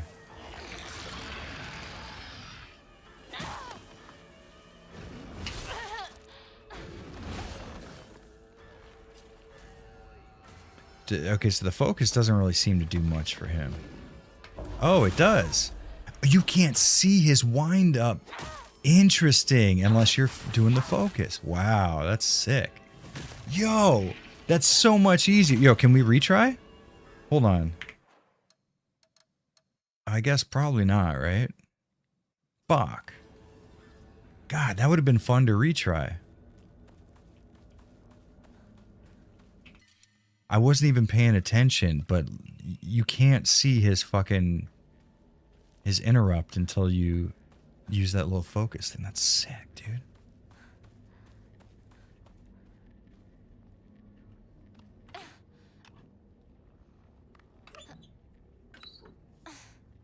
This was the same part that got you to rage at the game's combat last time. Now I'm starting to get it, maybe, right? Oh, that's right. Yeah. He's not like dead. I'm stupid. This is my fault. I have ruined something. It's shit. Yo, did you guys see that?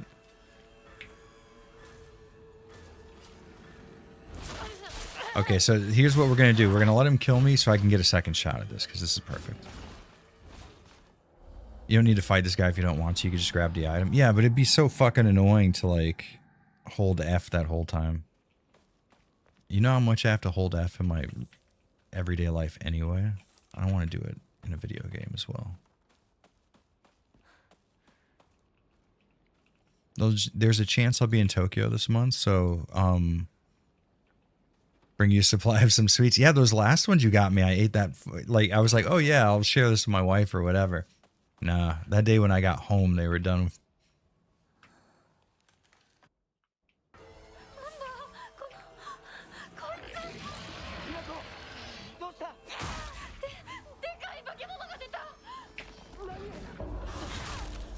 Idiot ass, stupid fucking asshole.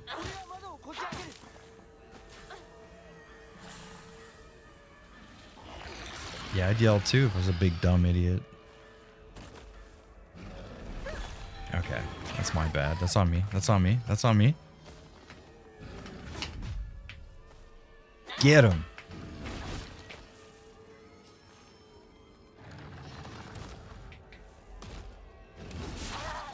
Jared, you fucked yourself.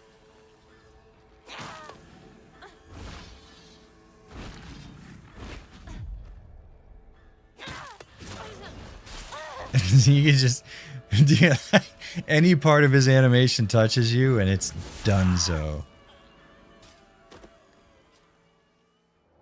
Take a shot every time they say partner. Dude, it'd be alcohol poisoning. To be fair, I can understand Motley Crue becoming popular again. I'm a very picky Motley Crue guy. I like Livewire, Looks to Kill. Anything with a more aggressive sort of like fucking in your face feeling. Not so much Dr. Feelgood. That's too country sounding. I was like, all right, that's a little too fucking lame.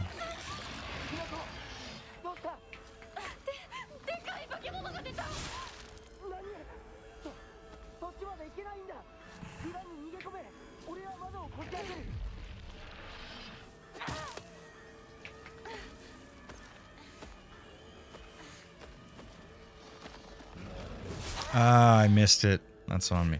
You know what? If I can do it, kill me. Fucking new drinking game. Take a shot every time Jared restarts.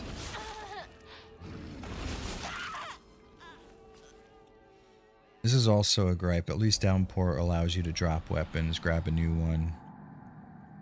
Here, this one, the old one's gone forever. Yeah, that is true. I would say that that's a failing for sure.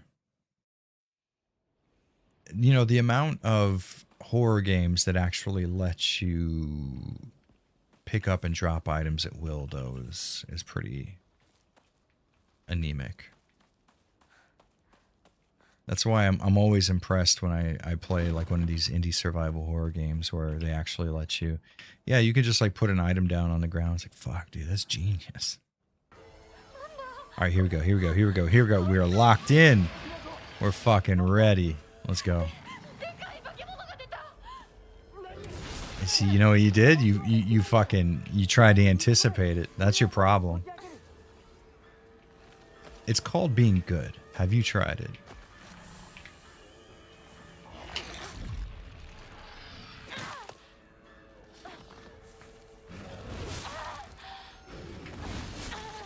Okay, you fucking...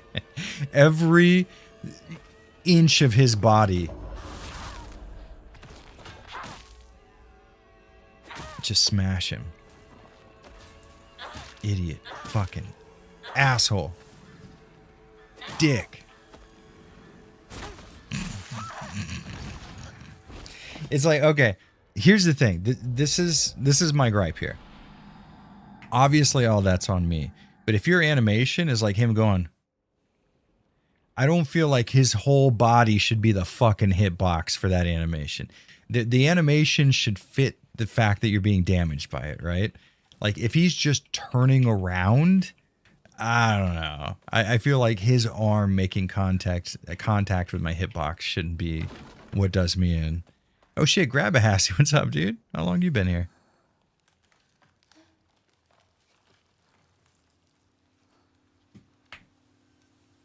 Damn, that is a tough shot for DLSS.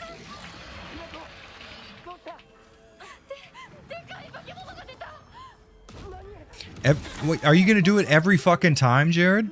You know what? Finish me off. Finish me off just because I know for sure that I'm going to do this next time as well.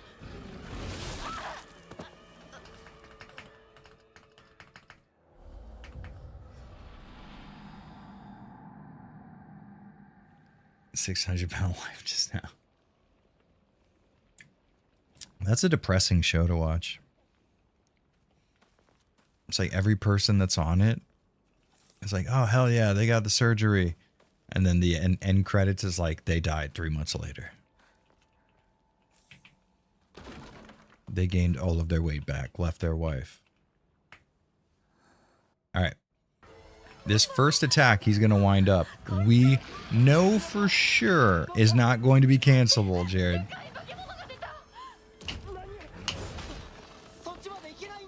Alright, that was not very cool.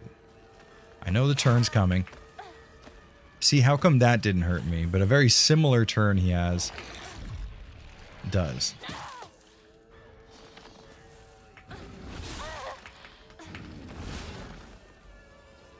Alright, just please wind up for some shit.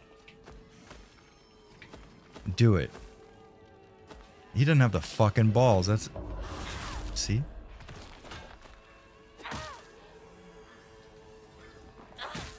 One more.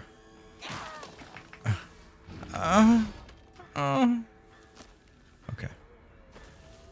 Yeah, see, I knew we should have done stamina. How foolish do you fucking feel?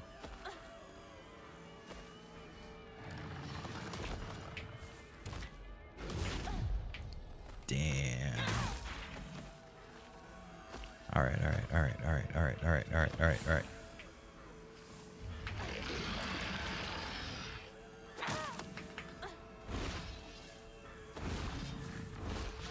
It's definitely coming now. This attack right here is going to be it. Watch. Ah, Jared. It was. It fucking was. I even called it and I still fucked it up.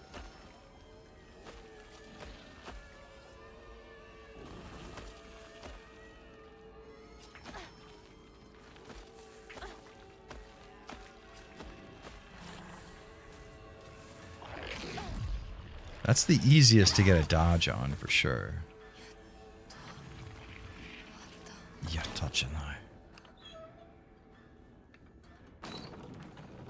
I just realized there's a Ginzu knife for an arm. Yeah.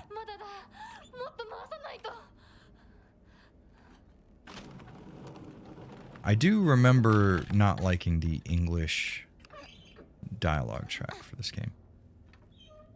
Okay, we're good. Come on, it can't be more. All right, I was about to say it can't be more than 3 times.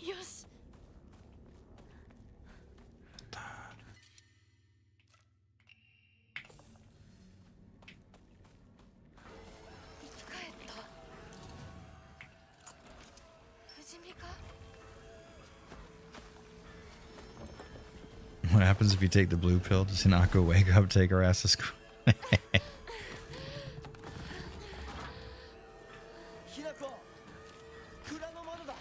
Oh.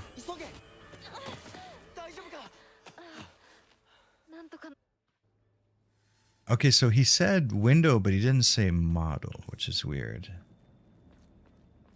So I wonder what word for window he was using. Or maybe there's a word for like a more traditional Japanese window other than model.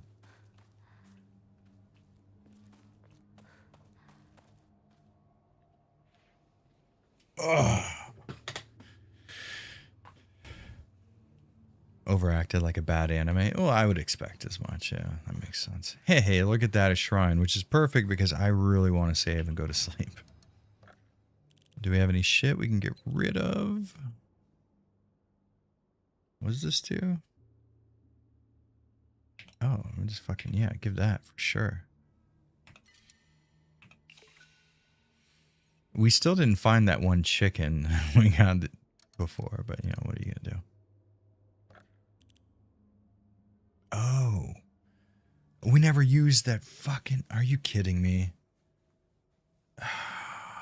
Dummy.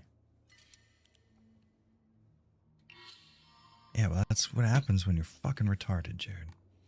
All right, so I'm going to go ahead and save it. Yeah. Nice. All right, guys, thank you very much for hanging out with me and enduring the great spider attack of 2026. Thank you so much to anybody who super chatted or joined up as a channel member, liked the stream, or fucking thought some very complimentary thought about me in your head. Very much appreciated. Much love to everybody who supports me. It's awesome. I hope you guys have a very, very nice day. Don't drive drunk. Make wise choices. And triceps. Build up your triceps. Apparently mine are too small. I will see you guys later. Bye-bye.